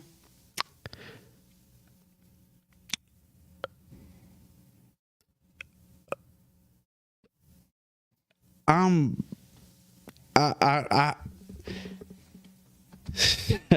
record like this. Like, I be in charge of it when I record. Right. And when he record, he be in charge of what he record. Right. So it was, I had to do my verses and stuff when he wasn't there. Mm-hmm. Cause like we recorded totally different. We just did different. And I'm very fast with the pen, and I'm very witty. I write metaphors and flows and cadences really fast. Like, I switch it up fast. Like, so like I can get done with a song in 20 minutes. And he's a scientist, so he might want to just break down this sound and this tweak for 2 hours and all that, and I ain't with it. Right. You know what I mean? Right. And I ain't with it. But in that same 2 hours, I could knock out, because I'm just a rapper. Not just a rapper, but what I'm saying is I'm a writer, so right. I'm writing to the now. I done wrote 3 verses already. You know what I mean? Like, but I mean, I learned stuff from him. I learned a lot with mixing. Being around him, being around Problem, I really appreciate him bringing me around Problem, because I got to be around Problem, and being around Problem, I learned so much from them studio sessions. I learned so much from how he writes and freestyles, and being around Wiz. Like I said, bro, I ain't said nothing negative about nobody. No, you haven't. Feel me? Because that's just not. I ain't got enough in me to be I ain't got enough room in me to be negative. I got to be completely transparent. And if I live with envy or remorse or anger towards something, then I'm going to die with it. You know what I mean? You got to live and let go. I understand that if I would have blew up at that time, Lush, the world would have got a full gangbanging drug addict by the time I was, halfway through my career. You get what I'm saying? Yeah. And I might not have got a chance to turn around and grow up like Gucci did. Like, you know what I mean? Right. Not to say, like, you know who helped me out with that, with growing up? And this is going to sound crazy, but 6ix9ine. Yeah? 6ix9ine. When I watched that little dude on the internet over and over again make the bad decisions and worse decisions over and over again, I remember watching him thinking like, I'm so glad I didn't blow up when I was 21. Right. Watching 6ix9ine, I remember thinking that, like, I'm so glad because I thought I was the hardest nigga. I thought I could say whatever I want, do whatever I want. Thought you know how young niggas are? I thought I was untouchable. Think about a lot of the rappers that blow up at that age and what winds up happening to them. And what winds up happening, then you see them later on in their career. Like I mentioned Gucci, you know what I mean? Yeah. You see them later on in their career, you see them mature. Even 6ix9ine right now. Even 6ix9ine, Jeezy, like you see people grow up, you feel me? So if I always think like that, like there's a reason that I didn't go super major platinum at that early age, because I would have done some dumbass shit and probably embarrassed myself and my family because I wasn't ready at that time. You feel me? I wasn't ready like I am now. You feel me? Like, you know what I mean? Like now, whenever I do get myself in position, I put other people in position. I always reach out to the youth. I always reach out to the community. I'm giving back, and I'm conscious of what I'm rapping about. I barely even cuss in my music now. You know what I mean? Like, barely even cuss in my rap battles. You know what I mean? Like, because I'm more conscious of what's coming out of my mouth, and what's coming out of my mouth is coming from my heart now. It's not just, I'm not just saying things to sound cool. You get what I'm saying? Right. I think that if people that are just hearing you now for the first time, it would give so much more context if they knew the way you were during this period. Right, man, go watch me versus Young B the Future. Just watch my mannerisms, listen to what I say. I think I was like 21 in that battle. Just go look at me versus Juice. Just the context of my raps and what I would say. Even just conversationally, I remember a few years ago being on the phone with you. Yeah. And you and I have always been close, but I remember having this is right around the time I got sober. And it's crazy because you've always had the positive thing going on. So you were talking about certain entrepreneurial pursuits you had going on. You were talking, but then you were like, there was like gangbanging dialect coming up. You were clearly fucking 3 sheets to the wind. I don't know what the fuck you was off, but he was on a good one. Hey, yo, I wonder how many people got these memories of me too, man. And I be wishing I could like Men in Black flashy thing everybody. I mean, but not really though, because niggas could see the progress and you could know it's real. You could know it's real, bro. At that time, bro, I had just lost my mama, fool. Yeah, so when I was not ready. You want to talk about not ready, fool? I was not ready, fool, and I tried to mask that with drugs. But you always had this element of positivity throughout everything you did. Which kind of, it almost hits harder and makes it worse. And I can relate to that because I know what I'm supposed to do. I know the way I'm supposed to move. I know right from wrong, and I still conscientiously of sound mind and body make the wrong decision. Like you were saying, like when you were in Chicago, like I knew what I was doing is wrong, but here I am still doing it. Now, there's a pretty well-known incident in the Cali Smoov saga of you being in Hawaii and you wound up getting into a pretty crazy altercation. You got jumped out there, right? Yeah, I got jumped. And what the fuck happened? Man, dog, I wish I knew, man. But to me, I like you said, bro, at that time, I was still like, I'm not saying walking both sides of the fence because I wasn't thugging or nothing at that time. Like, that had been over. But, like, I was going out there to teach at a juvenile hall. Yeah. That was what my initial goal was. And I went out. I had a battle, too. I set up my own battle out there. And I went out. And I'm just hitting the streets of Hawaii. I'm completely dolo. Because at that time, I was just untouchable in my head. But I was completely dolo, just bar hopping, meeting people, inviting people to my show. And getting fucked up. Yeah, getting fucked up. And this dude asked me something about my chain, like something about, like, was I going to tuck it in for him or something? And I got really, really mad. And, like, I said some things. And I walked away. Didn't think nothing of it. But I'm dolo, bro. I was by myself, and he wasn't. And, like, for no reason, bro. They don't be playing in Hawaii. Yeah, like, I was in my Uber, and they was like, they knew, like, my Uber about to pull off. We got to get him. So they jumped on me. As you're walking to your Uber? Nah, I was sitting in my Uber telling the Uber driver like this. And like, where we going? And I got hit. Now I'm drunk. I ain't gonna cap, bro. I thought a car hit us. I thought a car hit us and I hit my face on the shits. And I look out the window to this nigga mad as hell out the window. That I ain't never met you. What you so mad about? Right. I hop out, boom. So I'm getting down with him, like, and like. You for sure got a low Uber rating. Oh no, he pulled off on me. Yeah. He pulled off on me. I'll never forget that. I'm like, no.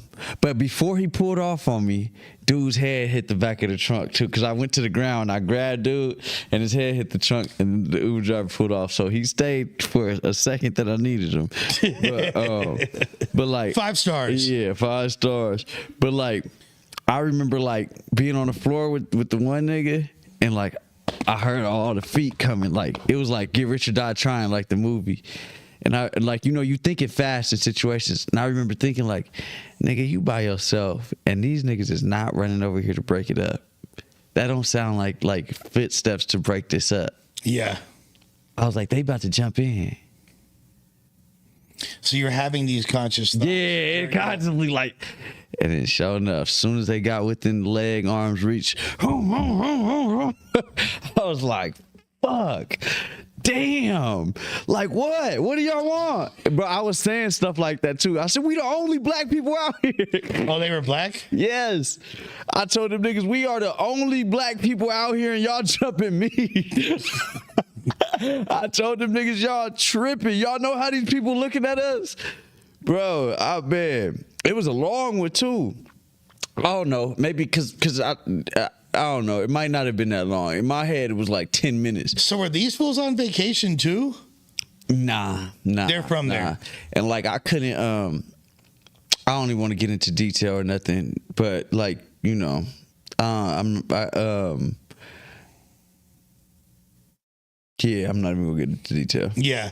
You basically you could have tried to find out who they were, this or that, but yeah. I had the next morning. I woke up to a news camera in my face. In the hospital? In the hospital that documented. It was on the news. That documented activists from California came to reach out to the youth and work in juvenile hall, and got jumped. Got packed out in a bar fight. Yep. And detectives were at my bedside, and I refused to press charges. And oh my God, they were so mad when I refused to press charges. But I kept saying I could have been one of them. Like I've done bad stuff to people. Like this is my karma. And my jaw was broken and shit. My face was. But I'm telling the detective, like, I'm telling the detective, like, don't know no police report. Like, just they'll learn their lesson. Like, it'll come back full circle. Because I know it will. And, you know, I know they'll learn their lesson. You feel me? And like I said, I've done stupid ass shit in my life. And I've done stupid shit to people that didn't deserve it in my younger days. So I felt like that was like, it was one of them full circle moments. Like, now I'm on the other side of the fence, like getting my dumb ass robbed. Damn. But you know what I mean? Like, I ain't, you know. From an outside perspective, it sounds jealousy motivated. Oh, no, it was. I was way too popping it. I was popping it. Just inviting everybody to my show, like, and I'm Hawaiian. Yeah. I'm like, yeah, I'm a famous Hawaiian rapper, y'all. Y'all want to come to my show? Yes, it's Friday. Whoa. Yeah, everybody taking pictures. We having fun. Like, I'm popping it. I'm loving life. I'm telling everybody I'm from LA. I rap. Like, the wrong dude's girlfriend looking at you. Yeah, and it's just like, it was nothing, bro. I didn't get into it with nobody, nothing. I didn't do nothing to nobody, fool. They just wanted to get into it with me. And then I'm like, that'd be everybody battle rap angle versus me. Yeah, I mean, of course, they're gonna use all that. What say? It should have been more honor in that. Damn, it should be more honor in getting jumped, nigga. Damn. It's a good angle. Nah, everybody hit me with Hawaii bars and stuff in my battle, man. What did Alien Static say? Oh, ha, nah. Oh, yeah. He says, oh, ha, nah, yeah, he said some shit. But, so you've had all these crazy, controversial things happen. Not just controversial, just pivotal negative life-changing events and you bounce back. You're like a textbook study in resilience. Yeah. No matter what happens. I appreciate that. No matter what happens, what bumps in the road. And I feel like that's something I've always looked to you because I've had a lot of, I constantly fall on my fucking ass, but I get back up. Facts. I done hit rock bottom about 10 times. And it just goes to show when you, like, God, you know, believe in yourself. Whatever higher power you believe in, have that faith. You know what I mean? Nothing can stop me. And nothing can Was stop there a specific event? Nothing can hold you down. Is there a specific event that triggered the desire to be like, I need to just, look, I have all the tools in me. I have people in my corner. I have a lot of talent. It wasn't just one, though. It was like 50. I got grace a lot of times, fool. Like, I could be dead a lot of times. A lot of times, a lot of parties I was at, a lot of people I done talked crazy to, a lot of shoving matches I done got into, drunk and stuff like that. Like, I was doing stupid stuff. I was a bad alcoholic. I wasn't the get drunk and stay home. I was the get drunk and go out. Right. I was get drunk. We gonna make a scene, like, and then people knew me, so I was like, I got known for this, like, you know what I mean, like. Bro, multiple times, just waking up, like, just one knee on the floor, throwing up in the toilet, like, bro, like,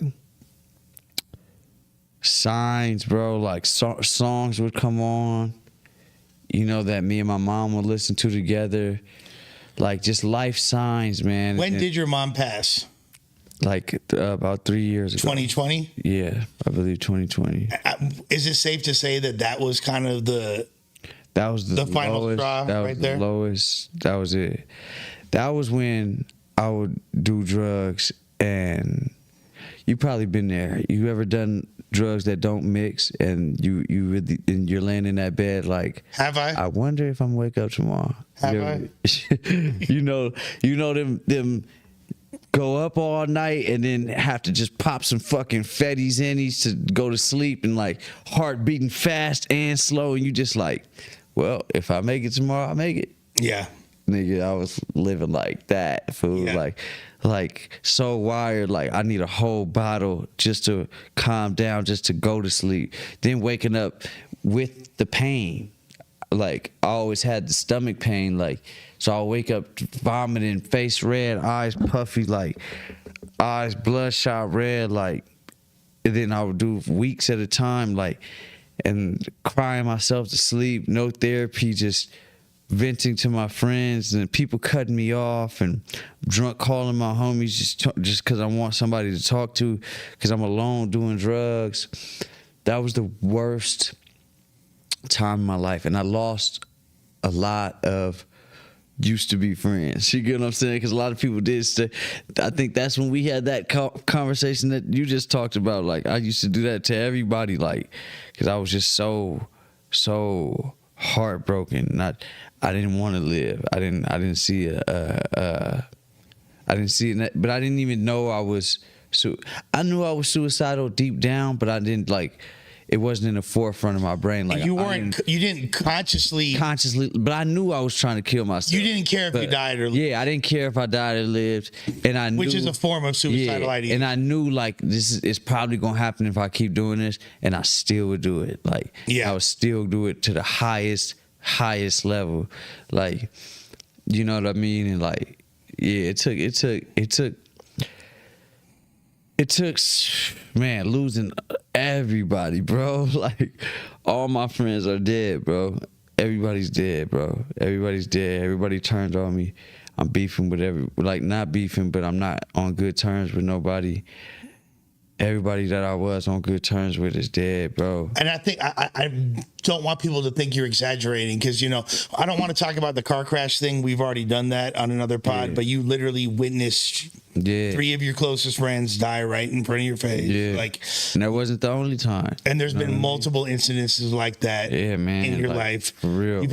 Now, when this is all going on in around, 2020, had you met your now wife at this point?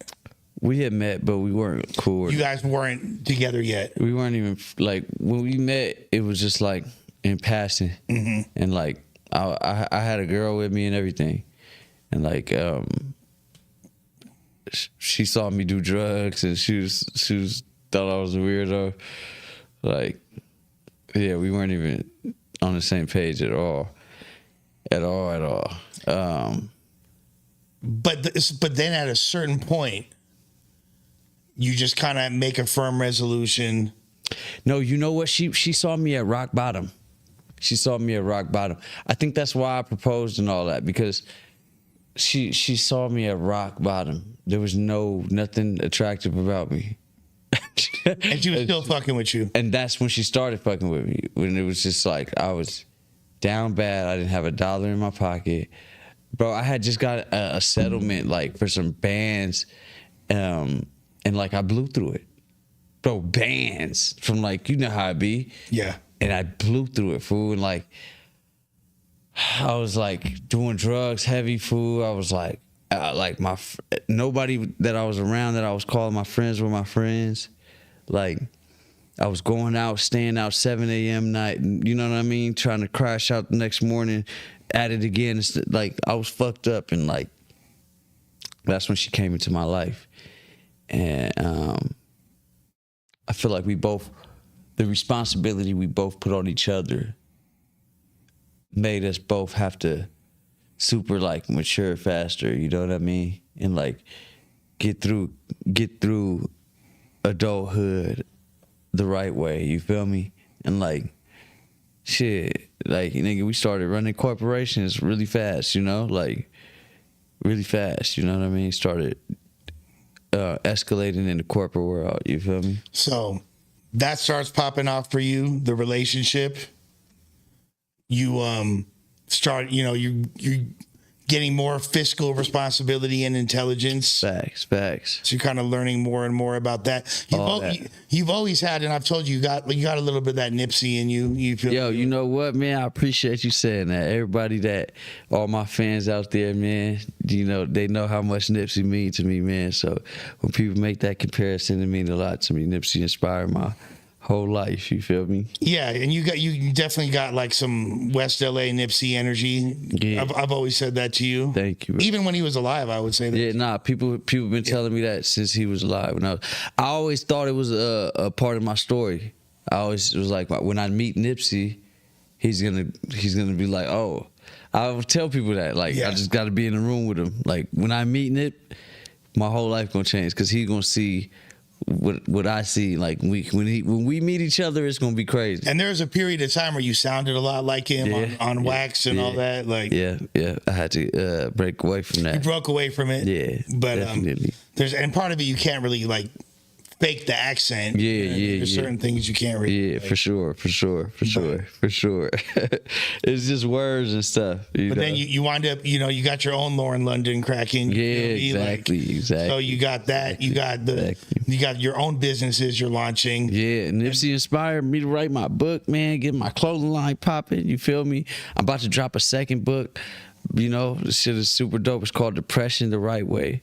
And you start getting really a lot better at battling. And I think that I noticed it during the King of the Dot season. Yeah. And I remember how grateful you were when I hit you for that. Yeah. I was like, bro, I'm finna win this. I need this 100K. I still feel like I won it. You did really well. I did.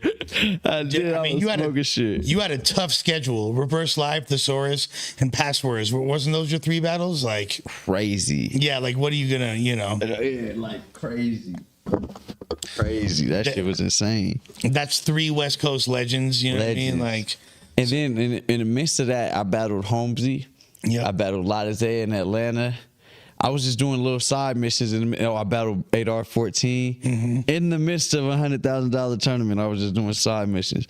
He was just like, you tripping. I'm like, nah, I just can rap. I can really rap. You feel me? Steadily putting out music, dropping projects. Constantly. And then you wind up you get cast in one of the first, I will say the first battle rapper produced reality show competitions. It's called Bags and Bodies. Yes, sir. Shout out to him in Holland, man. I texted him today. That's a solid dude, man. And he gave me a solid opportunity to know me from a can of paint. And like when I saw the list of names of the people that were trying to get in there, I was like, and you were amongst them. You told me that. I was like, yo, you're gonna win. Yeah, you're gonna win. You're gonna do really well. Win.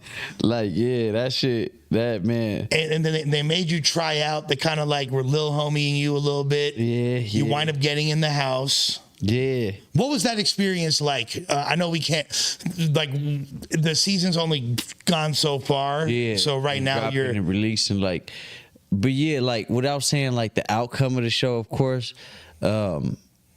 like in the beginning coming in, bro, all in all, like, humbly and respectfully, I'm a legend. And just in battle rap, right. I'm a real life living legend. Facts. And like, I'm going to hold that down, and I'm going to get on that stage like a legend, and you ain't never going to see me slip up, fumble around bars, none of that. Like, right. I'm going to hold it down like that. I walked in that audition room. Every single rapper in the room knew me besides Hitman Holla. He didn't know who you was. Hitman Holla was the only rapper in the room who didn't know who I was. And his co-host is John and Don, who I've battled. Right. Who you beat in a battle. Who I beat in the battle, you feel me? Was the other dude doing the casting. So I walked in. All the other rappers is like, oh shit, Smoov, what's up, bro? You know, I'd have met all these niggas before the battle rap events and stuff. I shake a few hands. I jump on stage and Chandra goes, Smoov, like, what's up, bro? I'm like, what's up? Hey, man, looking at me, bro, he's like, you know. And look, now mind you, auditions were over. I was the last person to rap. And like, they were closing the door. They were ending everything. I came running through the, cause they did it at your flight ended, like landed late or something? No. Or? This was the one in LA. This was the audition to go do the audition. Okay. You had to do 2 auditions to get in. So this was the audition in LA. Bro, it's like, Poetic Genius was texting me like, man, you better hurry. Bro, I run in and Poetic Genius was like, yo, my man's is coming. Is it cool if y'all wait like 3? He's asking the production team to hold off on this audition. Right. And he's like stalling. Nigga, I come running through the door. So Hitman's kind of like, all right, this is the last nigga. Go ahead. I'm ready to go back. I'm ready to go to my room. He's done. Like, yeah. Everybody's nothing, done. Like, there's nothing you can say to impress bro, him it's at like, this point. bro, like, you're late. Like, yeah. This audition's over. Like, I'm done. Nigga, I went up there and shook that room. I came up there and shook. Bro, like, I had John throwing his arms like, look, I don't know cocky shit, bro. But when I finished rapping, I said, oh, they gotta pick me. I didn't hear nobody else's audition, but I'm thinking in my head, like, there's no way that all 30 of these niggas just did what I just did. Right. You know what I mean? Get off stage. All the rappers come up, yo, you was the best one. You was the best one. You was the best. And I didn't see nobody else rap. What do you remember what, like, you spit? Yeah, I spit some shit. I said some shit. I was like, I can't remember. I said an audition. How did I start it off? I said, an audition? What is this? You compare or more. Advanced right or it'll be misery business. Y'all get it later. Aim good, forget a laser. Hands nice, known for being a swinger in public like Will and Jada. As far as West, I've been the greatest. My brain waves placed with the innovators, planting seeds in each region while these leagues try to limitate. I created stages. Y'all niggas sign waivers. My brand being exclusive is what made me hot. Check my battles. I own part of the title like Jay-Z stock, a businessman. I shock G's, but the money be unconditional. I was running the underground way before it went digital. I told Marv about my big brother's kite that said he'd die if he chose. Picture trying to cheer a nigga up that's doing life through a phone. I turned to the niggas that was auditioning. I said, we all live in LA. My experience is a lot different though. I see my best friends die over trying to patrol a liquor store. I regret some of my past. It comes out of my music unintentional. Y'all up here trying to make punchlines to sound lyrical. When I really risked my freedom on them trips, we would double up if we flipped it low. My point was cut the rock to a key. That's a give and go. I got locked in 2 counties, got fame off the sport. Kobe Bryant, I retired but made a name in the court. Told the judge I'm innocent. Balenciaga the blemishes, still grimy though. Coppers gotta identify me by the Fendi prints. That's our differences. You couldn't pronounce the shoes that I got on. I wear designer, but they still hear the future in my bars. Come on. A bright junkie, picture Thomas Edison off the medicine. Scooby-Doo, them dang old kids keep bringing metal in, pedaling. Hop out the van like it ain't shit to me. Automatic, toss the machine, now it's a mystery. Lemon squeeze. My boy. I was going to, look, I had the room shaking in that audition, bro. They was like, what? That shit was going dumb, bro. And I was the last nigga to rap. And I started dissing the niggas auditioning. I turned to them. That shit was crazy. So they clearly chose you. Yeah, they chose me to go to the second round of the audition. Then I did the second round in Atlanta. And I almost didn't go.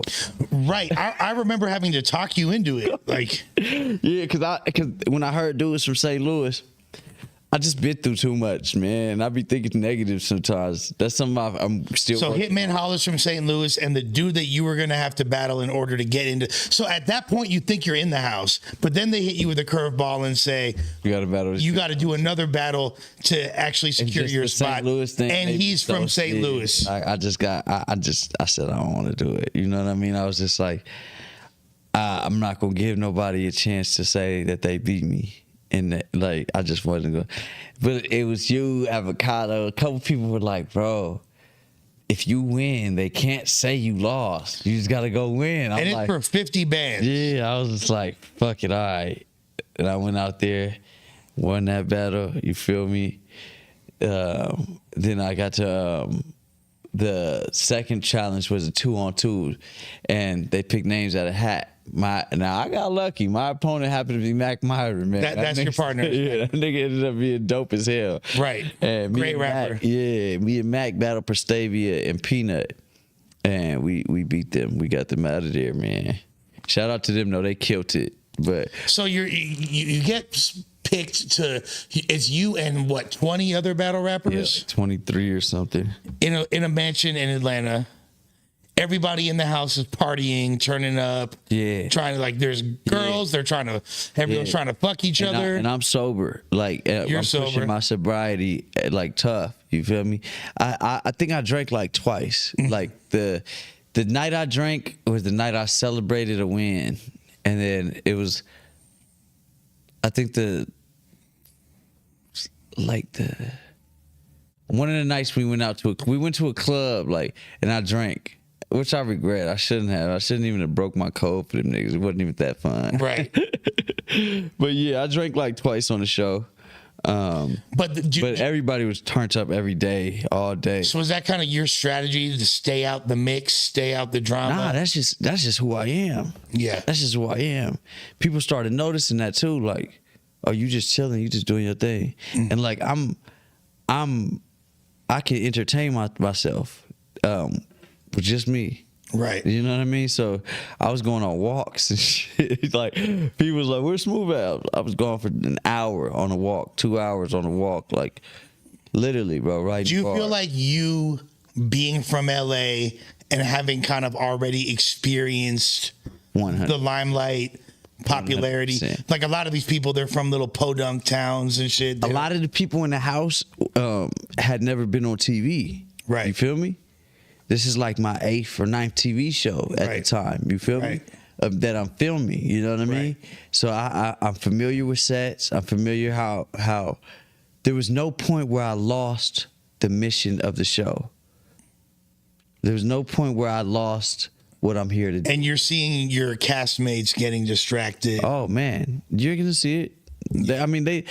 Bro, some of my castmates told me I don't plan on winning. I'm just trying to get as much virality out of this as possible. They're tripping. Yeah, some people verbalize that in front of a group of people that they're competing against, and they know who I'm talking. Like, it happened. Like, everybody had their goals. Everybody wanted to do what they did. You feel me? Like, but like, everybody did show their rap skill too. We showed that we some of the best in the world. You know what I mean? Like, with how fast we were writing and the level of stuff we were writing, man, like I was very, very impressed with a lot of them dudes with when we did the challenges.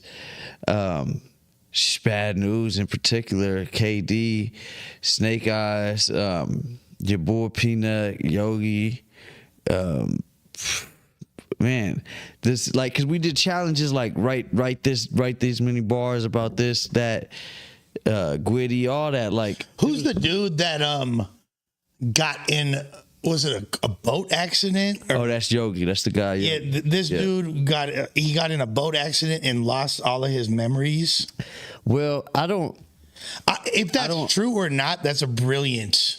Yeah, I don't know. I don't know how the boat accident or exactly what happened, so I can't really speak too much on it. But I know he was involved in like a tragic accident that involved a boat. I don't know if he was on it or exactly what happened, but I know he lived through it, and like he revamped himself as a battle rapper, and like that's where he pulls his pain from to get his bars out. He rapped about it a few times in the house. Everybody had their own story. Like Jay, that guy had his drug dealer vibes, you know, like Kingpin Mafia bars. Everybody had their own little, like, their own thing that they were pushing, you know what I mean? Like in their own lane. That's why I think it was so dope of a experience, because of all the castmates. We all had our own, you know. There was a dude named Base the God on the show, and he like found out that he had diabetes on the show. That's fucking crazy. Yeah, like he said, I feel faint. Like the ambulance came to the house, got him, and then he found out. And then like later on, did he keep competing? Yeah, he kept competing, came back. Man, I ended up losing somebody while I was in the house. My sister's father, rest in peace, Keith, died while I was in the house competing for this bread. Like, it was a lot going on. I actually got a song and music video called 50K Freestyle, and I talk about everything that happened in my life while I was in the house. It's called 50K, and like in the intro, I sample Hitman Holla talking about how he doesn't know who I am. He says, he's like, yeah, this dude, he walked into the audition, like, he came into the LA audition and just shut it down. He was like, his name was Cali Smoov. You feel me? Yeah. And like, I sampled that. He said it on Twitter Space, and I screen recorded it when he said it. So like, I sampled it on the record and put it in, I recorded a song called 50K. I'm gonna drop that shit sometime this weekend, man. That shit hard. Man, I was thinking, I know you didn't do it, but if you had done it over that Waka Flocka and T.I. 50K song, that would have been hard. They got a 50, what song is that? 50K for a show. Oh, no, it's totally not one of them. Yeah. It's totally one of them. It's totally one of them deep ass. Yeah, I already know. What I mean? I already know. It's one of them. It wouldn't have worked over that. At all, man. Okay, so the show is current. Where can we watch the show? Right now, I'm not 100% sure, because we're dropping it every Sunday at a point. It was on YouTube, got yoinked off YouTube, and then it was on a different streaming service, right? No, it's still on YouTube. Still on YouTube, but isn't there like a different place to watch it too? Like, so it is Coastal Rain TV. Coastal Rain, but I'm not sure if they're putting the show out right now. Okay, they might be sitting on it. I think because like I think there's only like a certain amount of episodes, but they're not dropping episodes frequently right now. I don't exactly know the game plan of it just yet, you feel me? But they're shooting season 2, you feel me? I don't know why the people keep saying they think you're peaking on ecstasy right now. My boy is just sober and passionate, bro. Like, this is like, yeah. Nah, you want to know something? Though? It's probably because I'm grabbing my knee. Like, I'm getting old. I've been having like knee aches. Hey, I know Ralph, you've been seeing it. No cap.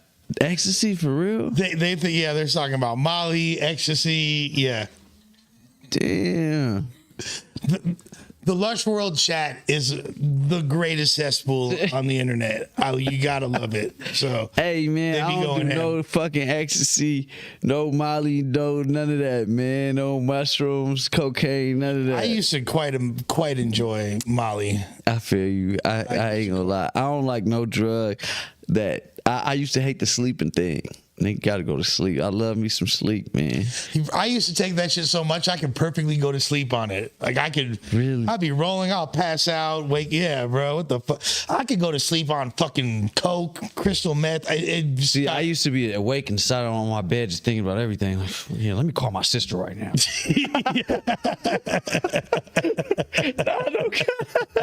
No cap. There is levels to addiction.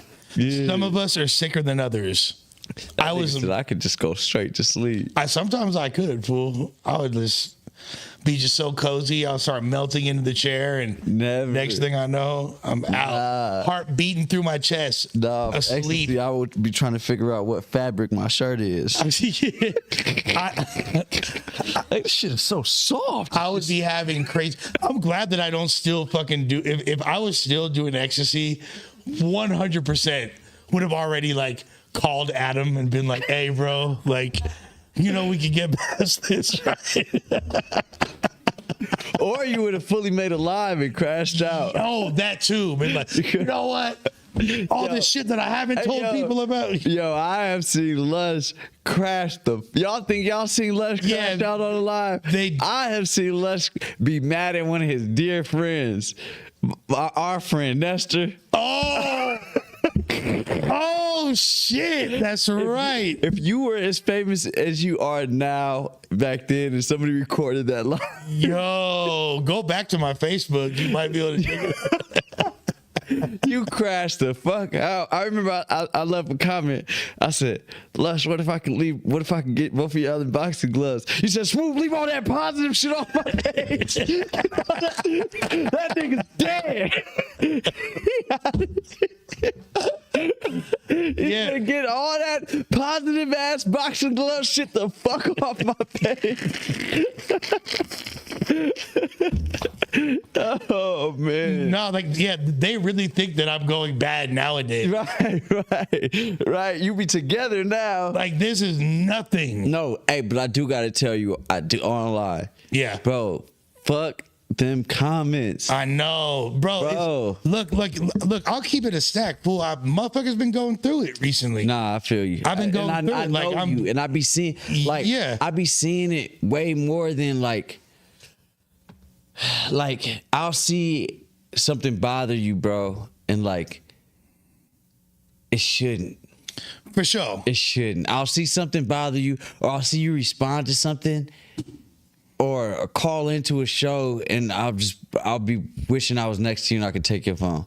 No, for real. Because like, bro, like you're doing you, and you're doing good at doing you, and you can't please everybody. No matter what you do, everybody ain't gonna like you. It's just, bro, I've been going through like a lot in life, and then it's the worst possible time for me to be getting this negative attention. Feedback. Beyond negative feedback, just this spotlight, period. So it's been like, but what am I going to do? I have to run with it. Yeah. So and bro, honestly, it's probably the perfect time for you to get this spotlight. Don't look at it like it's the wrong But time. I be wanting to just like disappear for a minute. Yeah, I would love to, but I can't. Right. Like, because you got your shit going. Trust me, like, that's how I feel. And then, like, little shit, like, bro, so many situations have deteriorated. Like, bro, we both, you're close with Almighty Suspect. You feel me? Like, you know, like, that's like family to me. We're not friends anymore. I didn't know that. Yeah, like, our friendship is completely destroyed at this point. Yeah. Over this internet shit. Over this shit. Over no jumper shit. Completely mollywopped. And honestly, bro, that fucking, like, I don't think he really gives a fuck, because, and if he does, it's buried so deep within him. You know him, bro. Yeah, you know what I mean? didn't know that. I didn't know that at all. I did not know that at all. I was hoping he was gonna be at your wedding. Yeah, man, I reached out. I was hoping that he was going to be at your wedding, and I was going to see him there, and we could have had I called him like 2 times 2 weeks before. I was hoping to hear back from him, but I know he's a busy dude. Yeah, he's doing his thing. I'm be trying to bug niggas, you know what I mean? I know y'all are close though, so I was expecting him to be there. And bro, we all have like a few songs that haven't even come out together that we did and shit. But I never thought I didn't know that the No Jumper shit. Well, you seen us go at it and shit. You feel me? Like, but it was just regular content. Yeah, but like, look, and I looked at it like that. When we ran into each other at that battle rap event, I said, "Bro, like it's content, right?" Yeah, and you were like, "Yeah, it's content." I'm just like, "Okay." That's like that's what I thought it was. Whole like little feud as content. But I feel like it's gotten to the point now where it's not like beef or anything, but we don't fuck with each other. You know what I mean? Like, and I really feel like a lot of it is fueled by how he's acted. I don't think that I really did anything to the dude, but at a certain point, I can't continue to really rock with somebody if they're just gonna continue to shit on me and mistreat me to a certain. But things like that, like damn, throughout this whole space, I'm losing people that actually meant something. That actually means something to you. Yeah. Due to the internet. And that's not the only example. Yeah. I just brought that up because that's a mutual friend of both of us. Nah, you know that's when you gotta draw that line and decipher like of what you take serious. And I've tried. Look, bro, even when he said you can't rap, like bro, I didn't think none of that was serious, bro. I know Suspect. He has laughed at me on verses. Right. Like he said shit like, this is when you get a battle rapper on track to me. And I'm like, nigga, shut up. Like, and I'm not like, one time nigga, me and Suspect was in Colorado and like I told him that I used to wrestle in high school. And we went at it because he's like, bro, that's the gayest sport you could have done. I'm like, no, wrestling was tough. And we're like, we just You're argued. both right. You know what I mean? But like that's like, I just know how he is. Like, I don't even think he wasn't trying to hurt your feelings or nothing. Nah, I just but think like he was just talking. That's just how he But is. doing that, if you're continually trying to host somebody out when there's audience of several 100,000 people watching, it's different than the two of y'all roasting back and forth. And if it's just the two of us, none of that energy is there, and we might joke around a little bit like that, but it's all love. Yeah. But then you get in front of cameras and switch up, then it's kind of like, man, I really hope y'all can bump into each other and talk that shit. I would like to. I mean, like I've thought about, like I've tried to hit him a few times, but then I was like, bruh, I'm not gonna be. Even though I'm the older and mature one, there's only so much I can do. That at a certain point, you know, I'm hoping sometimes maybe you just gotta give people some space, let shit go on, let shit happen, and you know, resurface a friendship if it's meant to be. You know, resurface through his pops or some shit. You feel me? Like even through hip hop and through life, like. Life will bring you back. Life will bring a situation back full circle if it's meant to be. You know I don't harbor hate in my heart. The thing is, like when I really think about it, and just full transparency, I don't really have animosity against any of these people. Right. Like I don't really like in my heart of hearts care. Like there's things that happened that hurt my feelings or I felt like were wrong. There's a lot of stupid shit that I did. I'm not really happy with the way that I came off and just the way that I acted and maneuvered in a lot of situations. But when I really think about it, I don't have hatred in my heart towards any of them. I be looking at it all as that includes Adam. Like I don't hate him. You got to look at it all as you're a full-time content creator. Yeah. You gotta take the emotion out of it sometimes. All the time. But here's the thing. Like, bro, that last shit that I heard you call in on Community. Yeah. Like, bro, I know you. So I know what it takes to get you that mad. Yeah. And saying the term on the dead homies and stuff like that. Like, I know how mad you were when you were on that phone. You were like, I'm tired of this shit. But, bro, honestly, this internet shit shouldn't even be getting you that fed up. It shouldn't. It shouldn't, my nigga. But there's the thing is, and that's why there's no time off. There's not an off switch. I'm on live 5 days a week. You know what I mean? Sometimes more. I've also seen motherfuckers say that you high or that you just relapsed and you brush it off so much that you're just like, yeah, dog, yeah, oh, you must not have ever seen me relapse. Which is a fact. And then you'll keep going to the next topic.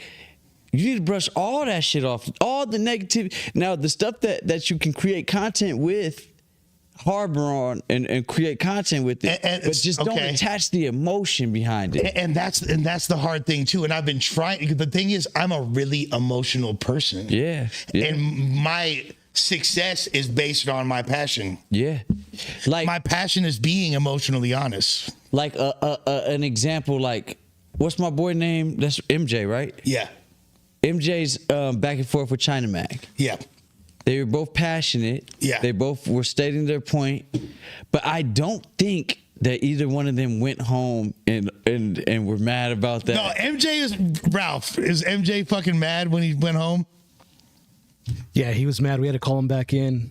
Oh, really? Sit back down. Yeah. Yeah. MJ. Oh, really? Yeah, he has the Lush vibes. Okay. No, he's worse. Yeah, he could be worse. It just depends. Well, I think China Mac felt like he was creating content. China Mac didn't give a fuck. Okay, that's the point that I was trying to get to. China Mac did not give a fuck. China Mac knew he was creating some content, and but I feel like he knew he was kind of blessing the channel, throwing the channel a look. I liked it. I was happy. Exactly, bro. All of that was creating content. Yeah. You know what I mean? Yeah. And there's certain points, bro, like where I'll see some content or somebody say some feedback to you, fool, and I'll see you respond. Yeah. And I'm like, why did even something simple as I'm watching you on live and then your eyes go, whoever K247 is, yeah, you're a fucking asshole. You're a fucking idiot if you think that. Yeah, but as I was saying, I'm like, Lush, did you just slow down? You're talking about some whole shit. You're like, yeah, you talking about you. Man, fuck K247. Yeah. Elephant 59 just dissed me. Like, man, fuck him too. Yo, Lush, like, but homie to homie, like, don't call into nobody. Don't like, bro, you're doing positive things. And when you put out positive energy, that's all you can get back. When you fully deflect negative energy and you don't invite that into your world and you can't even respond to it, like you're going to be at such an aura, such a glow in your life that shit is going to deflect and bounce right off you, bro. They're not even going to expect you to respond to no dumbass shit like that. The interview, the call in that you did on I think it was Community. Yeah. Was it Community? Yeah. That when you went off, bro, I ain't gonna lie, I didn't like hearing that side of you. I know you, so I know it was real. I know you weren't faking the funk, and I know that's how you felt at that moment. Right. But I don't want to hear that side come out of you no more. You a grown man, bro. I don't want to either. You're a role model now. There's people out here walking around who watch your shit, who look at your shit, and who admire your sobriety, who admire your success. Me. Nigga, I admire your success. Like, nigga, I watched you rebrand yourself, bro. Before, when you were going to the store, I was telling your man's like, yeah, bro, I seen him at his downs. I seen niggas count you out. I didn't know you would be this dude. You feel me? So I'm really proud of you, bro. So when I see you take those little steps back and stuff, and I know that some of those things be triggers to relapse, so like stay away from that shit. Bro, I hate it. Trust me, I do. Stay away from But then also it's because it's gotten to the point where I feel like I try to separate myself emotionally and I can, but when it's just this constant onslaught and everybody coming from all angles, I'll be like, bro, like I have to defend myself. Because of the world that you've included yourself in, it's part of that world. It is, but if I'm going to do that, I have to separate myself emotionally, and I'm working on it. Shit. And the difficult thing is because, unfortunately, like this conversation I had with you is exponentially more valuable than 90% of the content that I've done on this channel in the past couple weeks, right? But it's not going to get the same views as the fuck shit. As the negativity. You know what I mean? No, I feel you. Well, so it's like hard to find that. The balance that I want, that nigga, we battle rap. Yeah. What the fuck are you talking about? Right. If we battle rapped right now, I would call you every smoker, your relationship, marriage didn't work, whatever, and mine is. Like, I would try to think of the worst shit I could say to you right now in the battle. And then me and you would shake hands and laugh after. Right. Why can't you apply that to podcasting, fool? It's a little I bit. need you to apply that to podcasting, bro, because your skin is thick with this battle rap shit. I've seen you be it. You've seen me say shit to homie, say shit to me. You've seen Disaster call me the blunt crack city roller. You know what I mean? Like, we say this shit to each other. We say this The shit. Blunt City crack roller? Yeah, whatever. Like, you call me the crack city blunt roller. Yeah. Like we say this shit to each other. And you being so far and deep into battle rap, I don't be expecting you to be this caught up when this shit like on it, because it's still internet shit. It's still just internet shit, bro. It's still just the internet shit. It is. On the real. It is. Like, you really got to hone in and know that, bro. I don't never want to see you lose character like that. I don't never want to see you get beside yourself, get that angry, bro, go back and forth with no gang members. Like, bro, you're way above that shit. Like, you're doing great. You're sober. When you got on Bootleg Kev, you told him that this podcast was going to be more geared towards mental health and sobriety. You feel me? More episodes on that. Nigga, I'll come back and talk to you about it more. If you, nigga, I'd love to have you be a regular over here. on the real, bro. But like, I'll come chop it up. But like, I really don't want to see that side of you no more, bro. Yeah. I want the world to see the lust. They fell in love with the nigga on No Jumper that was sober, that was talking, that did the Dipset interview. They didn't fall in love with this controversial shit. Remember that. You blew up doing you. You blew up hosting No Jumper, having good content, good feedback, going back and forth with those guests. That's how the world started loving you, not from this controversy back and forth shit. So as soon as I know you just said it'd get more views, but nigga, I feel like if you hone in on what you're doing, and like you told Bootleg Kev you gonna do and all that, like, hone in on that, bro. Keep telling your story. Your fucking soft white underbelly got like 1 million views. Like, bro, you're not doing no fucking controversial shit on there. You telling your story, you being genuine. I think that's what I want to see more from your podcast. I want to see more from you.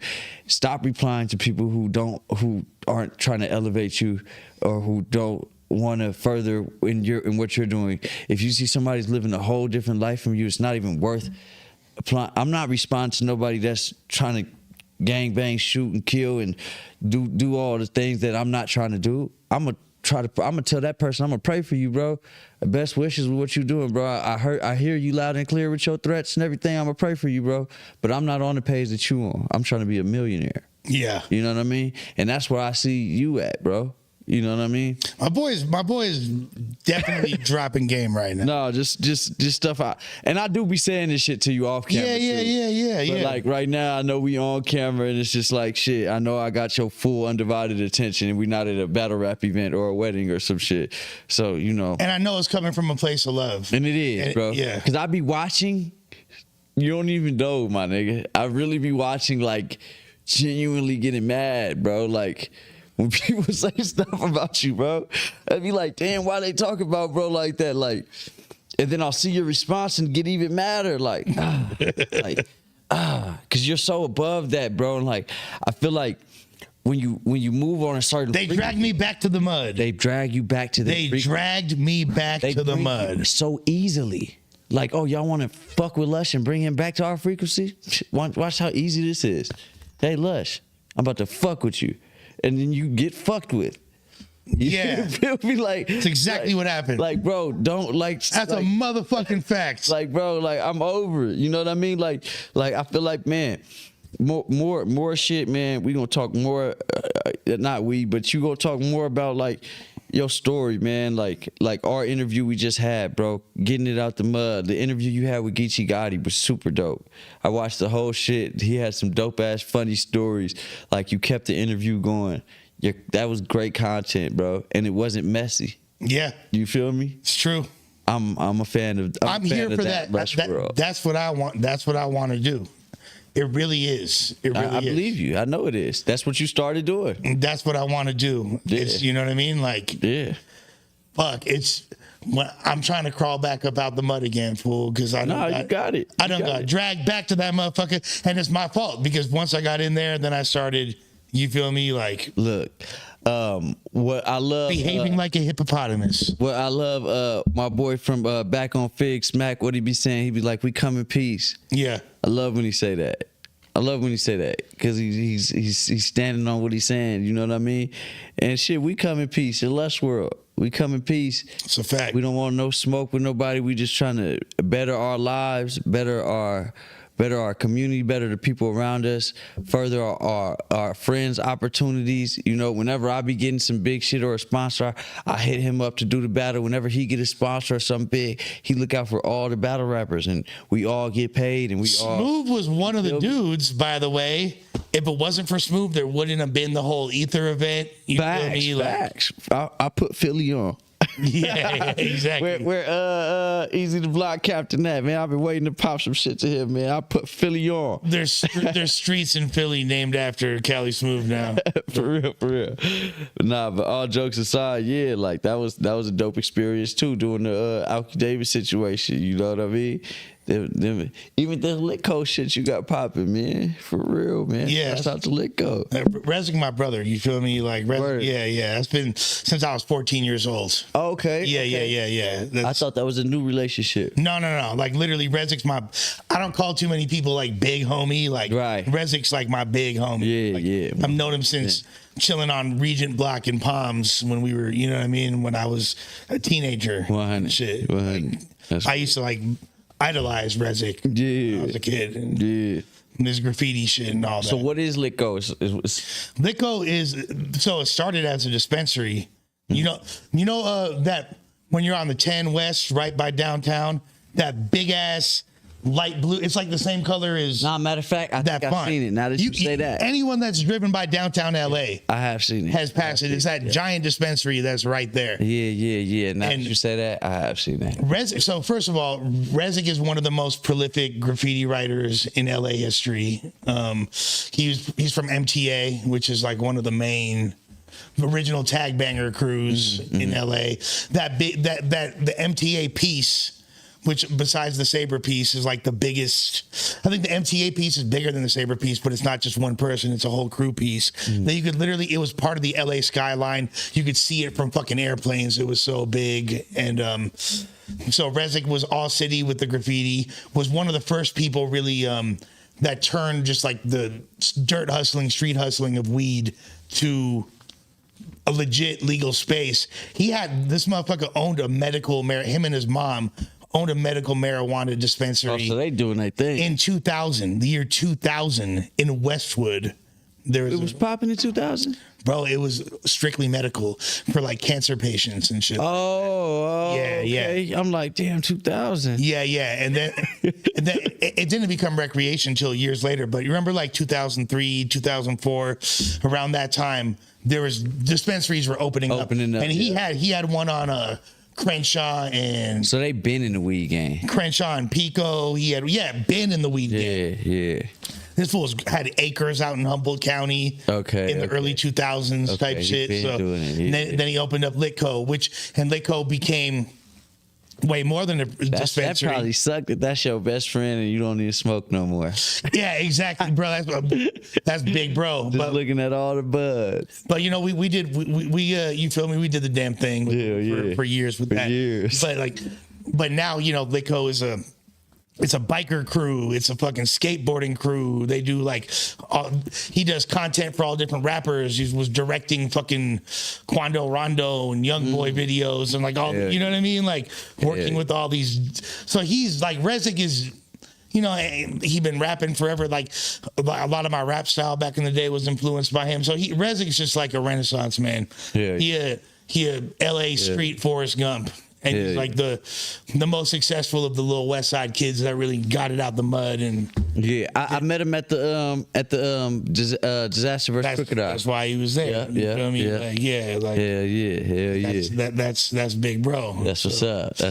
So yeah, but no, like all that to say, you're right. Like, and I think a lot of people that see me in the podcast space, there's a lot of sides of me that they don't see, they don't know, and I want them to really get to know me, because they might see certain elements of my life and certain snapshots, but they don't really know me, and they definitely don't know the entrepreneurial side of me. They haven't seen me with the $3 million deals on the table, brokering deals with like major artists, and they don't understand. There's a whole world that doesn't understand exactly what battle rap is. Yeah, you know what I mean. That too. It's not like beyond just the battle rap shit. Like none of that shit. Like they don't understand like all right, you book fucking let's just throw a name, Lil Boozy. When we throw Lil Boozy 40 racks, but we're gonna make that back from the liquor sales, the table, the door tickets are $50. The pay-per-view. It's like, no, but I'm saying for a concert. For a concert, yeah. All we gotta do is pay for Lil Boosie's rider, some promo ads, get us some radio drops, and then boom. Easy and peasy. it's easy peasy. Yeah. This battle rap shit. There's a lot more intangibles. There's a lot more I'm talking variables. about we dealing with 20 motherfuckers. I'm talking about everybody come from different states. You feel me? Then we got to find the sponsors, the venue, other leagues trying to side buzz. Other leagues try to side buzz, and then like the bread ain't gonna come back from the door, and it's not what you think. It's not just the pay-per-view's a net 30. Exactly, bro. It's like if you don't have a sponsor that's just giving you money for eyes, you're just not even gonna make no money. It's a fucking It's a whole. It's not easy. It's not easy, bro. Like I started my little league. I do my School of Hard Bars events because I've been booked so many times as a battler. Yeah, I was just like, shit, man, let me book myself. Well, you having the entrepreneurial spirit, you knew how to apply it. I applied it in my events. I have a lot of fun, bro. Made some bread, you know what I mean. But I understand how hard it is, and I haven't made no super big bread off my league or off my events yet. But I feel like, it's just going to take a minute for me to land a Lico or a Red Bull that wants to fully invest into my brand and my league, and I can put other battle rappers in bigger positions.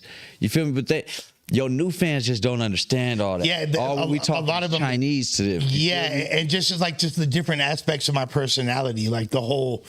When I used to just be super like psychedelic and tripped out and was like partying all the time with fucking girls on some like fucking urban hippie type shit. They're not privy to that side of me. They're not privy to the the whole graffiti side of me. They're not privy to the whole executive side of me. They just get little glimpses. They're like they see the dude that just came out of addiction, being from a rough time and like struggling and fiending for validation. They don't really know all these other characteristics that I embody. Which you don't like, because when you do that, it'll belittle us as a culture, bro. Yeah, which sucks too. You're a G to us. Yeah, the whole G to us. I go to a battle rap event and get treated like I'm Drake. You feel me? Bro. Like, and then go back to this world and seek validity, nigga. No, nigga, you got to be Lush One for us, right? For this underground hip hop battle rap culture, like you got to carry yourself like you Lush One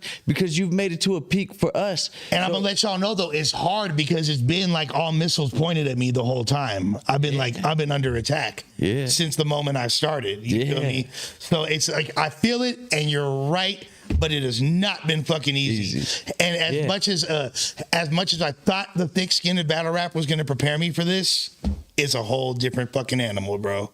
I believe it really, really is. I believe you.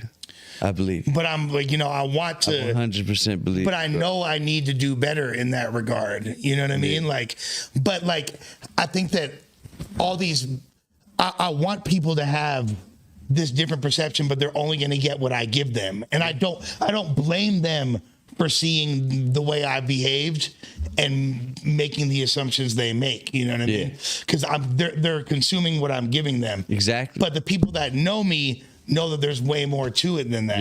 I think another huge mistake that I made, and something that I would redo, like the main thing that I would redo, or one of the main things I would redo if I could, is because people, when asked about certain street questions, I was a little bit too transparent about my background.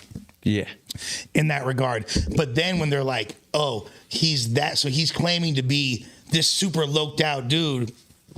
No, you're just telling them where you came from. I'm just telling them like a certain element of my past, which then became super overemphasized. And they're like, well, wait a second. Like he grew up like with a family with money, not understanding, like we were talking about earlier, the way West LA is, where block to block it switches, from fucking 100. multi-million-dollar homes, but the kids down the street 100%. Are basically in the projects. You know what I mean? See, and they don't get that. That's why there's no frame of reference for that. That's why, not even using the word explaining it. I just don't want you to be explaining yourself to these people. I'd rather you tell your story and not be forced to tell your story or answer a question about your story. You can tell them. You feel me? Right. And the world is going to accept that, because as long as you're being truthful with yourself, you know what I mean? As long as you're not exaggerating, when you be truthful with yourself, people do know about 5150. They know tagging crews existed. They know that how serious this shit got in LA, and you were part of that growing up. You feel me? But they'll take that and then they'll think that that's all I'm trying to be, or that was my whole life, when there's so much more to me than any of that. Nah, no cap. No. You know what I mean? It'd be like, it's like you. Again, I've always seen a lot of similarities between the two of us. The Sagittarius thing. Yeah. What year were you born? 92. Okay, yeah. I thought you were 93, but yeah, because you would damn near a rooster like me too. Yeah. You know what I mean? Like, but just all these commonalities, and one of them is that you're a super diverse person, and you can't just like can't sit personify you or like in just one blanket statement. Exactly. Because you have all these different elements that comprise who you are. Exactly. But people really get you twisted, and like if they were to be like, oh, Smoov is a gang member, and then they're just like, and that's the only thing they're focusing on, or oh, Smoov is a drug addict, or oh, Smoov is, you know, it's like. Or if they're just like, oh, Smoov's a poet. Yeah. And that's all that they see you as. Yeah. You're not just any one of those things. Exactly. You're all of these things and a lot more. And it's hard. But look, bro, that's because it's hard for one-dimensional and one-minded, single-minded people to understand our perspective. Like people... Bro, in battle raps, people have made fun of me for that. Yeah. People have, and that's been their angle. Oh, yeah, you think you a poet, writer, and actor? Like, yeah, actually, I do. Right. I even think, man, shouts to Thesaurus, one of the most creative writers, but his angle to me was like, oh, you wrote a book, you do music, and you battle rap, and you chasing views. Who the fuck you think you are, Langston Hughes? And like I was thinking to myself, that's a huge compliment. Actually, yeah, that's exactly. He compared me to the father of the Harlem Renaissance. That's exactly what I'm trying to be like, my brother. Yeah, you feel me? Like it'll be harder for somebody to understand those facets, but that's why you're a YouTuber, though. To show each one of those facets. And like that's why some people have different shows, different things. Some people have cooking blogs and they have their podcast. I think you just need to, like I said, you know what I mean? Target certain sides of your personality on certain episodes. People are never going to be able to no matter what I give them, they're never going to fully understand, because at the end of the day, until you've experienced things firsthand, you can't really speak on it like that. You don't know 100%. What it's like. Like, as much as I can empathize, and I'm a very empathetic person, that's how come I'm good at doing interviews. That's how come I can elicit reactions out of people and shit like that. Because I know, because I feel. Yeah. And that's why I fucking react in the emotional, vitriolic way that I do sometimes, is because of that. And I don't know how to turn that off. It's like a fire hose. And if I don't direct it, it's just going to spray in all directions. Like I'm off of Royalty Honey USA honey pack. You feel me? Like... So it's difficult to modulate that. No, you know what I mean?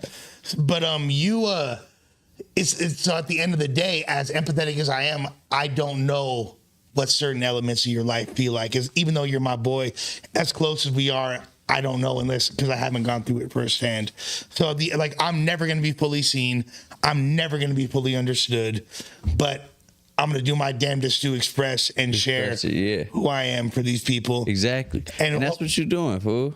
And hopefully there's some people, I mean, I know there are all the constituents of Lush Worlds that are gleaming things from it and growing. And exactly. I appreciate that. They matter more than the haters. They do. And I want to emphasize them more. Yeah. And that's why we have a great Discord community. I'm sure the mods have posted it a few times. If you do it again, drop the damn link for the Discord. The people that are sending the super chat money, the people that are sending me the positive messages and the love, that's who I want to. And there's thousands of them on a daily basis. The first Crip Mac interview back. Come on, fool. You feel me? We got some other crazy shit tomorrow. And we got tomorrow actually at noon at 12:30 we're interviewing 1 p.m. We're interviewing this dude Singing Ass Cartoon, who's one of the original Rolling 60s. Okay, okay. Like Big U's right hand man who just did. Did you get Kelly Nico years. on here yet? I had Nico the other day. Yeah, man. Nico's my man's got a lot That's in a the work. funny ass dude right there. We got some crazy interviews coming in the next couple weeks. So Okay, we're about to really up the score. I'd love to have you be a regular, man. So, Man, I'll pop through whenever, man. I know it's a hike, but Nah, it's honestly, I work, so this ain't too far from the job site. I'm in the valley, so okay, yeah. You know what I mean? You just gotta let me know in advance, like you did today, and you got my support. $100,000, fool. No, that's a trillion right there. Yeah, $100,000. Smoov, what's next? Man, I got a music video called 50K finna drop. I think I'm finna drop it like next week. Yeah, That's the next one. yeah. It's called 50K. The song is already out. All streaming platforms. Got an album out called Bret Heartbreaker. I think people might not realize that you are the rapper with me and Almighty Suspect on the expensive Oh pitch yeah, record. I'm the guy that put the expensive. Yeah. Yo, that song, man, y'all niggas was hilarious. There When you y'all go. had y'all feud. I had a way better verse than him on the song. I mean, that's what everybody said. Yo, Like, look, I got like, man, like when you was going back and forth with AD, I was just like, why did you spit that verse? I don't know. It just, okay. You could have easily, the Twin Desert Eagles, the little one named DeVito. This kilo, I like the streets like a keyhole. I'm with the heartbreakers and I ain't talking about leaning on the free. So professional, gay hopper, I break boppers. That's Lush One lyrics. Nigga. Yeah. Like, bro, you have some verses that you could have spit. We're from the base. I'm an LA Dodger, a straight mobster, allegedly a great flocker. I'd rather be caught dead than this some fake Pradas. Yeah. If you would have spit that verse, I was like, why didn't he spit that verse? You know what? You know what, fool? Here's the thing. What's the most important element of freestyling? Rapping in general. Rapping, yeah. No, what's the most important element of rapping, freestyling? When I say it, you're probably going to agree. Confidence. Yes. Number one most important thing. You didn't have no confidence in your face for some reason. Now, you've seen me freestyle thousands of times. Thousands of times. You know I could snap. Like, Grab the microphone and Yeah. jump on it and start freestyling about who just battled the venue. The right. event. Like, it's Bro, when I was like, Lush. there was I was so mad. the whole you have to understand something. The whole energy was like wanting me to fail. No, for sure. Everybody sure. was against me. And now Okay, but all right, look. in those occasions you could rise to the occasion. Why didn't you pick a verse? I wasn't in my right mind. You just couldn't just pick a verse? I should have just freestyled, or if anything. You could have just picked a verse. I could have. I don't know what the fuck happened, bro. You But- started one of your verses, then just stopped, and then went into a freestyle. I'm just like, you know what it was? I'm dealing with like so many different. There's so much going on right there. Like I'm feeling like the homies that I'm supposed to have are against me, talking down on me, trying to make me like. It was just like the energy. Bro, was fucked, bro. I had no You kind of confidence. set yourself up for that one though. I did. When the beat dropped and you went, hold on. Yeah. Bro, I It was lied. funny. I know. It was funny. I was like, no, he didn't. I know it was Look, funny. I just wanted you to pick it back up and just spit that verse.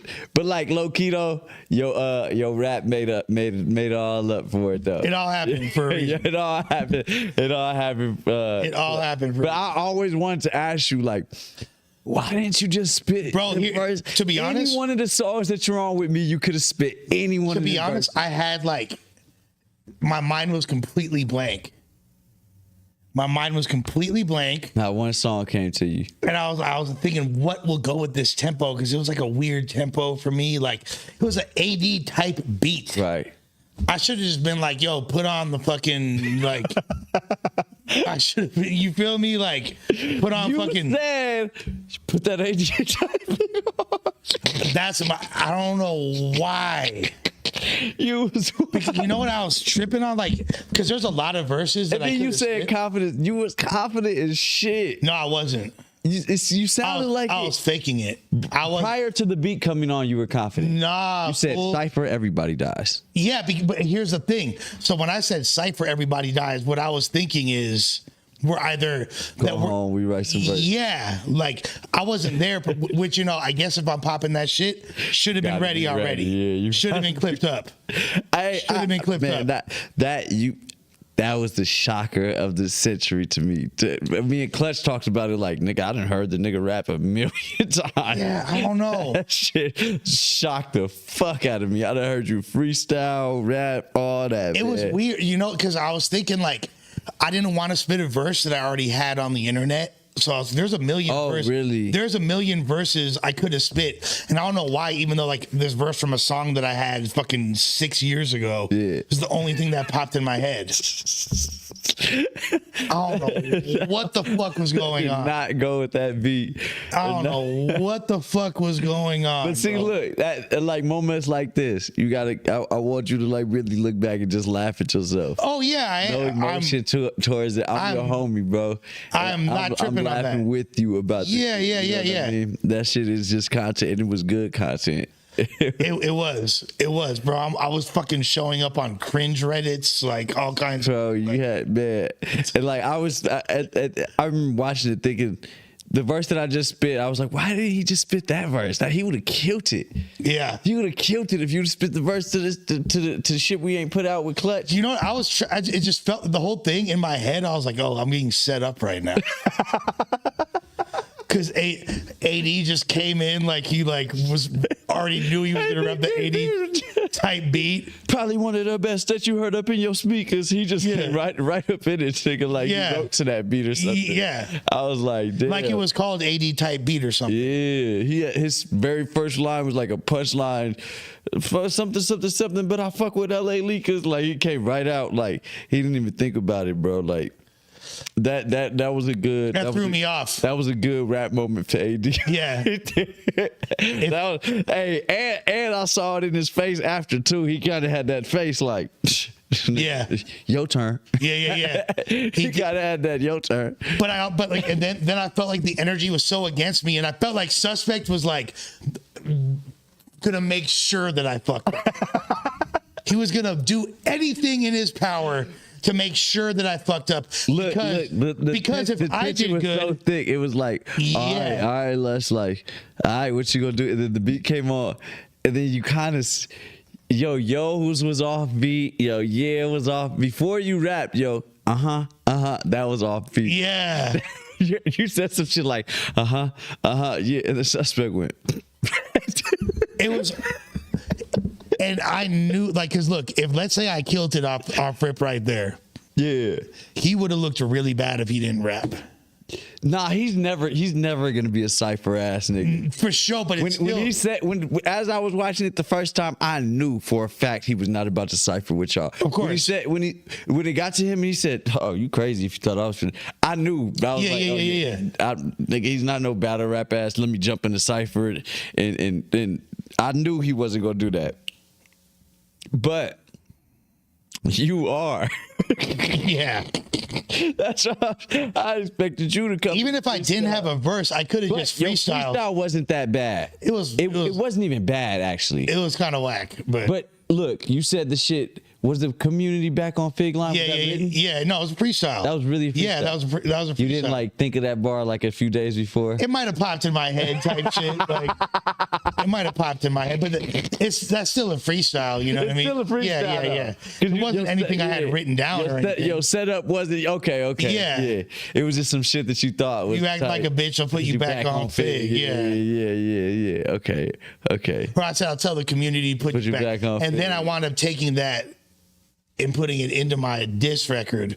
You acting like a bitch, I'll put you back on Fig. Yeah. White boy blacking out when I spaz on this. Yeah. Acting like a bitch, I'll put you back on Fig. All these suckers haters on Lush One. They got me twisted thinking that I came from a trust fund. That was my favorite part right there. That was my favorite part right there. The rapping got the gun. Hey, I ain't gonna lie. I listened to that shit like 10 times the day it came out. I was like, all right. I tweeted AD and shit. He retweeted me. I was like, yeah, man, what you gonna say back to Lush, man? Woo. Like, just on some, fan shit, just hyping it up. But I was people slept on my second diss track too, because they really didn't want, bro. I don't give a fuck. I know that second diss track went Dude, yeah, that was bananas. Oof. Yeah, that was bananas. Oof. And you had the punches. Yeah. You had the punches. Like, man, you had the punchlines, man. Bro, I think that was a lot of like, I think after that was for sure Suspect was like, fuck this fool. After Really? I think in his heart a little bit. The battle rap shit? I think that was part of it. I think that the whole rap thing, and then it just like deviated from there. Well, Sus doing so good, man. I think time heals all. You know what I mean? He doing good in life. Like, I hope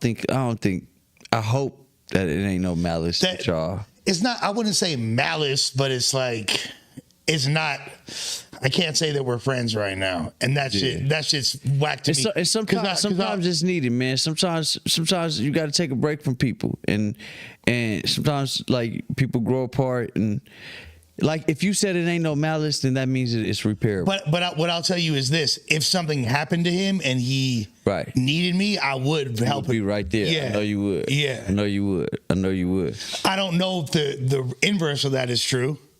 Yeah. But I know that I would be there for him. You know, sometimes it doesn't matter. It doesn't. It doesn't matter what the if that's how you feel and that's what's true to you, then stick with that. You feel me? If you got that love in your heart, then stick with that. You feel me? And don't let nobody change that. No, you're right. Change that. And that's a fact though. The biggest or no YouTube comment, nothing ever. You know the wackest thing about the whole no jumper fall or like me getting fired and then the whole no jumper thing, everyone leaving after that and all that, is we were about to get all the rap shit set off over there. Yeah. And that could have really grown to something. Man, they had just dropped the passwords battle. Yeah, we just dropped the passwords battle. Gina had her show popping. AD did his verse. I did my verse. That shit would have kept. And then just think about this. We could have started bringing people from the outside. And then like. Man, can we just do it here? Yeah, we can motherfucking do it here. 1,000%. Niggas just got to just do it here, man. But just think about like. Y'all was rapping too. I was looking forward. And I saw a rap battle drop on No Jumper. I was excited. And if there's dope, like if they have, let's say, I don't know who they have recently. I don't even know who's really been on there recently. I know there's like the Troy Ave interview or whatever. Oh, really? Yeah. I remember Suspect and Gina interviewed Scarlett a little while back. You know what I mean? Like, that chick Scarlett? No, I'm not familiar. Oh, the chick from New York who's killing it right now. Okay. Yeah. Like if they did an interview with her and then it's straight to the booth and then she records like a verse right there. That would be so hard. You feel me? Fire. That's what like the direction I feel like it was gonna go into over there. Right. So fuck it, we'll do that shit here. Facts, man. You feel me? Shit, especially if you made it up. You started the little rap. I was really trying to get it set off. You pioneered the rapping in No Jumper. I was trying to get like me and Gina were the ones pushing that agenda. And once again, this ain't no knock to no Jumper or nothing, man. Like I want don't worry, your Burbank hood pass is still intact. Look. I want them to know that you ain't got no. You feel me? Like, I really don't. You don't, bro. Like you're over that. It's a step past. Like niggas don't even want to talk about it no more. It's like life is moving forward. We're focused on this battle rap, this music, your new podcast. This is dope. This is a dope ass setup, bro. And we wish nothing but positivity and success to everybody out there that's doing their thing in this podcast world. There's nobody that we want to see unsuccessful. It's enough money out here for everybody to eat. It's enough room out here for everybody to eat. YouTube big as hell. It's enough links for everybody to be out here. Support the homie. This nigga trying to do some positive shit. Them negative comments y'all keep leaving gonna drive my boy off the deep end, man. Don't fucking say that. Y'all gonna make my nigga find y'all. He gonna start finding IP addresses and shit. Smoov, we gotta find 5382 Grandma Smash. With that being said, fool, log in with my boy JP Cali Smoov. I'm gonna drop his links in the damn description. All social media is JP Cali Smoov with a V at the end. Twitter, Cali Smoov, the number 4 life. Yo, and if you are interested in getting an ATM for your business or vending machine for your business, or if you're an entrepreneur that wants to start in the vending machine or ATM business world, check out my website, Keys, the number 2, the ATM business. Keys to the ATM business. If you're interested in starting a rental car fleet on Turo or Get Around, use my referral codes on my business page. That's Miskez Machines on Instagram. You feel me? Tap in with the boy on every level. I got a new book about to drop. I got an album out. Me and Saint rap battle about to drop. Hopefully sooner than later. Yeah. Don't trip. Yeah, That's on the way. But yeah, for sure, man. Shout out to the whole Lush world, everybody in the building. We up in this thing. Come on. With that being said, you feel me? Please join the Discord. Hit the like button. Share if you haven't already done so. Please subscribe. When the video drops, hit them comments. Let us know what you think about this. I loved this discussion. It's crazy. Now we're like hitting our peak viewership for the episode, but we've already been going for over 3 hours. So, oh, we have? Damn near 3 hours. It's 11:30. Like, that's what happens when Trill players connect. Damn. When live wires connect in this motherfucker. But we appreciate all of y'all. We're not going to do call-ins. Should we do call-ins today? You want to do some call-ins? I'm there. All right. I'm so surprised that it's 11:30. You don't even know that. That shocked the shit out of me. Take calls or spit bars, they're saying. Shoot us a super chat. We might do a little freestyle for y'all. Got some bars. We can always do that. Easy call. All right, motherfuckers want the call-ins. We're going to do some calls. My phone is on low battery, right? So, but 4%? Yeah, your shit's on 4%. Damn, we might be able to take 2 calls. But the number will be dropped. With that being said, go to join the motherfucking Discord. You feel me? All my constituents of Lush World. But yeah, I think we definitely need to get the freestyle shit cracking on this thing. Yeah, drop the damn phone number. I know some people already got the number. They probably calling already, but nah, not yet. Shout out to everybody on the call-ins. Appreciate y'all, man. But I know people really want the damn calls. So yeah, they were asking for the calls of the first hour. I saw them. Yeah, how you be reading your eyes slick as hell? I ain't been able to read one comment. Yeah. I got that. I thought about it like if I try to read these comments, I'm gonna end up losing my train of thought. It becomes a, Yeah. I guess that's a intrinsic thing. Johnny Tsunami, my guy, the number is for you, so you can call in. There's a motherfucking number. We gonna take like 2-3 calls or until my damn shit dies. I know people got some prank calls on deck. You be getting pranked? Sometimes. The majority of them are like legit calls. All right, we got Las Vegas, Nevada. Okay. Let's see what they want. Vegas, what's cracking with you? You live with JP, Cali, Smoov, and Lush One. Oh no. What's going on? What's up, man? It's 3 from Vegas. What's up with your gang? I was just calling in, man, to say, bro, I fuck with it, bro. Like, this is what I was telling you, bro. Like, just focus on the interviewing, bro. Like, you top tier with this shit, bro. Like, for sure. Like, we've been, like you said, you've been on live for 3 hours, bro. I've been locked in every minute. So, like, I fuck with this, bro. And it was a good conversation. And I just got to know who who Cali Smoov is, you feel me? So, like, I fuck with what you bring into the space, bro. Like, so keep it going, bro. You one of the Trillist constituents, gang. I appreciate you, homeboy. Salute, my G. One more question. Cali Smoov, where high school you go to in Chicago? I'm from East Chicago, Indiana. Okay, yeah, I've been over there a few times. You know what TF North is? Yeah, I went to North. Okay.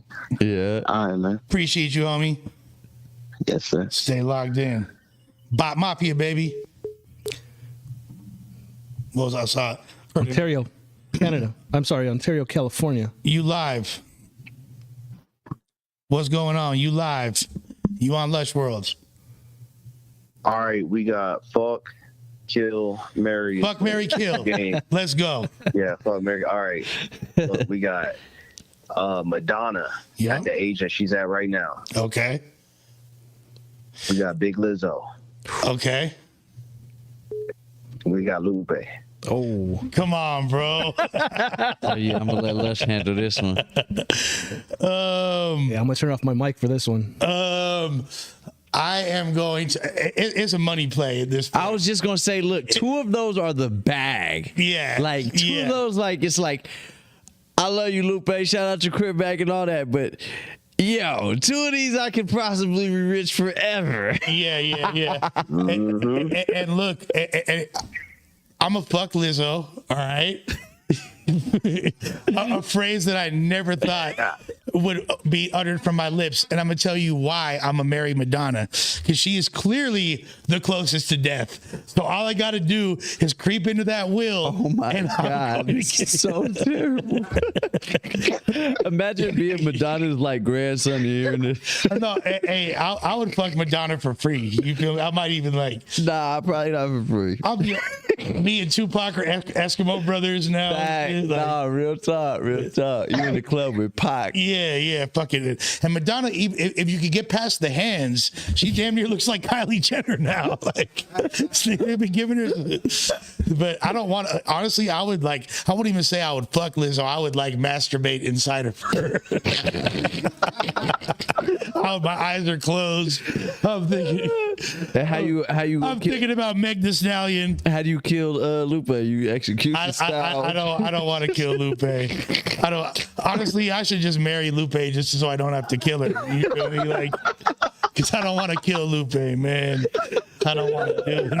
But I'm gonna really say, honestly, I'm gonna have to.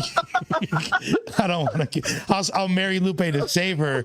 But really, if I could fuck or marry my way into Madonna's pockets, because she's gonna die soon, that's the move. Lizzo's got a long life of eating many hot dogs and doing the splits on stage, playing the flute for decades. That's fucked up, Hey, man. Lush World, dog. Hey, Lush World till I die, to the end, to the very end, till the wheels fall off, man. Lush World. You know how we come, man. Salute Come on, you, appreciate fam. you, gang. Yeah, Lush World gang or don't bang. That was a great question. I love fuck, marry, kill over here. I know you'd play, but you feel me, wifey in the cut with the. No, she know my answer. I would have had the same response as you. Me and her would have planned Madonna death together. I don't think you don't have to do much to plan for it. Real, baby. It's on the way. I would have hired her as like the caregiver. We'd have fettened her drink up. Oh, that's true though. Hey, my boy Neverlack said Lush can't fuck Lupe because Crit Mac already said no aggressively fucking Lupe in the ass. He did. Oh, I saw that. Crit Mac did stipulate Crit that. Mac be saying some wild shit. Aggressively. Aggressive. Now we got Oxnard. Oxnard in the building. Oxnard, what's happening? It's a lush world. It's a lush world. It's a lush world. You got a hush girl. You got a hush girl. It's a lush world. Yeah. You got a hush girl. Yeah. Yeah. I like. Oh wow! All right, that was different. That should be our theme song. We should seriously. We gotta sample that. It's a lush world. It's a lush world. You got a hush girl. Oh no, it's a little bit rapey sounding. Like, why you got a hush girl? Like, you got a hush girl. That nigga didn't know what to say after that. He's like, you know what? Fuck this. I'm out. Should we take one more? One more. Uno mas. It's a lush world. It's kind of catchy though. I ain't gonna lie.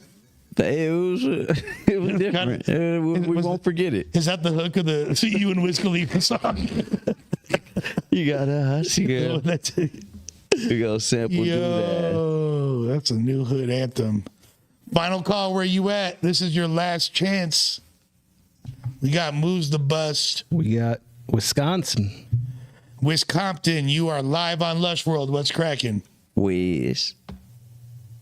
Hello? What's going on, brother? What's up? What's the deal, homie? Okay, so what's up with the article and Lush doing the article? Like, what was the real reasoning for that? Because I was bitter and I was like, you know what? Fuck this fool. They like reached out to me and I was like, yeah, what do I give a fuck? It's an opportunity to talk my shit. Really, I wanted to promote this shit and I kept like trying to sneak that in there, but it didn't work. But I didn't even care anyways. I was just fueled off of bitterness. If I could do it again, I probably wouldn't. Okay, yeah, well, shut the fuck up. You're a bitch, Lush. Okay, thanks. It wasn't what he wanted. What article was he talking about? We was in Rolling Stone talking Okay. about Adam, but All right. no, you do one more. One We can do more, one more? Yeah. You got a hush, Shut the girl. fuck up, Lush. Come on, bro. Fuck you, Lush. I'm in Wisconsin. Bro, I love. Shit, man. I'm subscribed to Plug Talk, and that shit hurt my feelings. One more call. You got a hush, girl. Got a hush, girl. Lush, what's up with the Rolling Stone interview? That nigga said, "What's up with?" I the tried to be article?" nice to him too. I tried. I was thinking, what would JP Cali do? Yeah, I was surprised he even answered it. It's so funny that, like, bro, if that's the type of people that be in the comments. Yeah, them. Yeah, That's them. yeah. But them people, you need them though. Of course, I'm not even mad. It makes it real. It does. It makes it real. It does. Like bro, I like as a kid watching WWF. You know, I hated Kurt Angle. I Yeah. genuinely had real hate for him, but I had to watch his wrestlers fights. Right. I had to because he was Right. like that prevalent of a dude. But when he came out, remember we used to scream, "You suck, Yeah. you suck." It was like, and then he would come out like, "Yeah, fuck you guys" to the crowd. That was his thing. You know what I mean? Like, you gotta have haters, man. But in all actuality, we was real Kurt Angle fans. From now on, I'm just gonna be like, you got a hush, girl. Welcome to the Lush World. No more calls? No more calls. All right. Hey, I gave y'all a chance. Y'all are begging for calls and got shy when it's time to call in. Facts. Appreciate each and every one Hey, of y'all. Eptos Uno vs. Cali Smoov out right now. You feel me? Yeah. What's up, man? Yeah. Shout out to my cousin, whatever, Mario. He making some dope beats, man. Make sure y'all tap in with him if y'all need some R&B production, pop production, hip hop, all that. That's whatever Mario. You can find him on my Instagram and all that. You feel me? And you did a bilingual battle. Yeah, man. I'm officially a Mexican rapper. Fire. I have become overnight. With that being said, you feel me? All the young hustlers, grinders, go-getters, working a 9 to 5, getting it how you live. We appreciate each and every one of y'all. All y'all fly ladies, you feel me? My dulce de leches, my butter pecan ricans, my caramel sundaes with the cherry on top, chocolate deluxes, French vanillas, keep your nails done and your wigs tight. Hey, can my cousin say something real quick Pop on up. cam? You want to Pop say? up. Come on. Pop up. I want y'all to meet my cousin real quick before we tap Yeah. out. You feel me? It's a lush world. It's a lush world. Nah, this nigga one of the most talented producers that I got in my circle. You feel me? So, you know, I had to, just bring him up and tap in with him, like let them know where they can find you, your beats, the production, all that. We all good, man. Whatever, Mario. That's the Instagram page. Tap in. We doing it all. Reggae, R&B, hip hop. Come on. Whatever y'all want, we doing it all. We got a cold team working out of Paramount, doing our thing. Smoov working on a bunch of new projects. We just gonna try to take over, man. Facts. What's your IG? Whatever, Mario. Yeah, whatever Mario. That's all the right, gang. production. Yeah, man. Sir, we in here with Lush, Come on. doing our thing. Come on. Man, we all lit. love, all family. With that being said, cocaine bots in the chat. And we about this biatch out this beat. We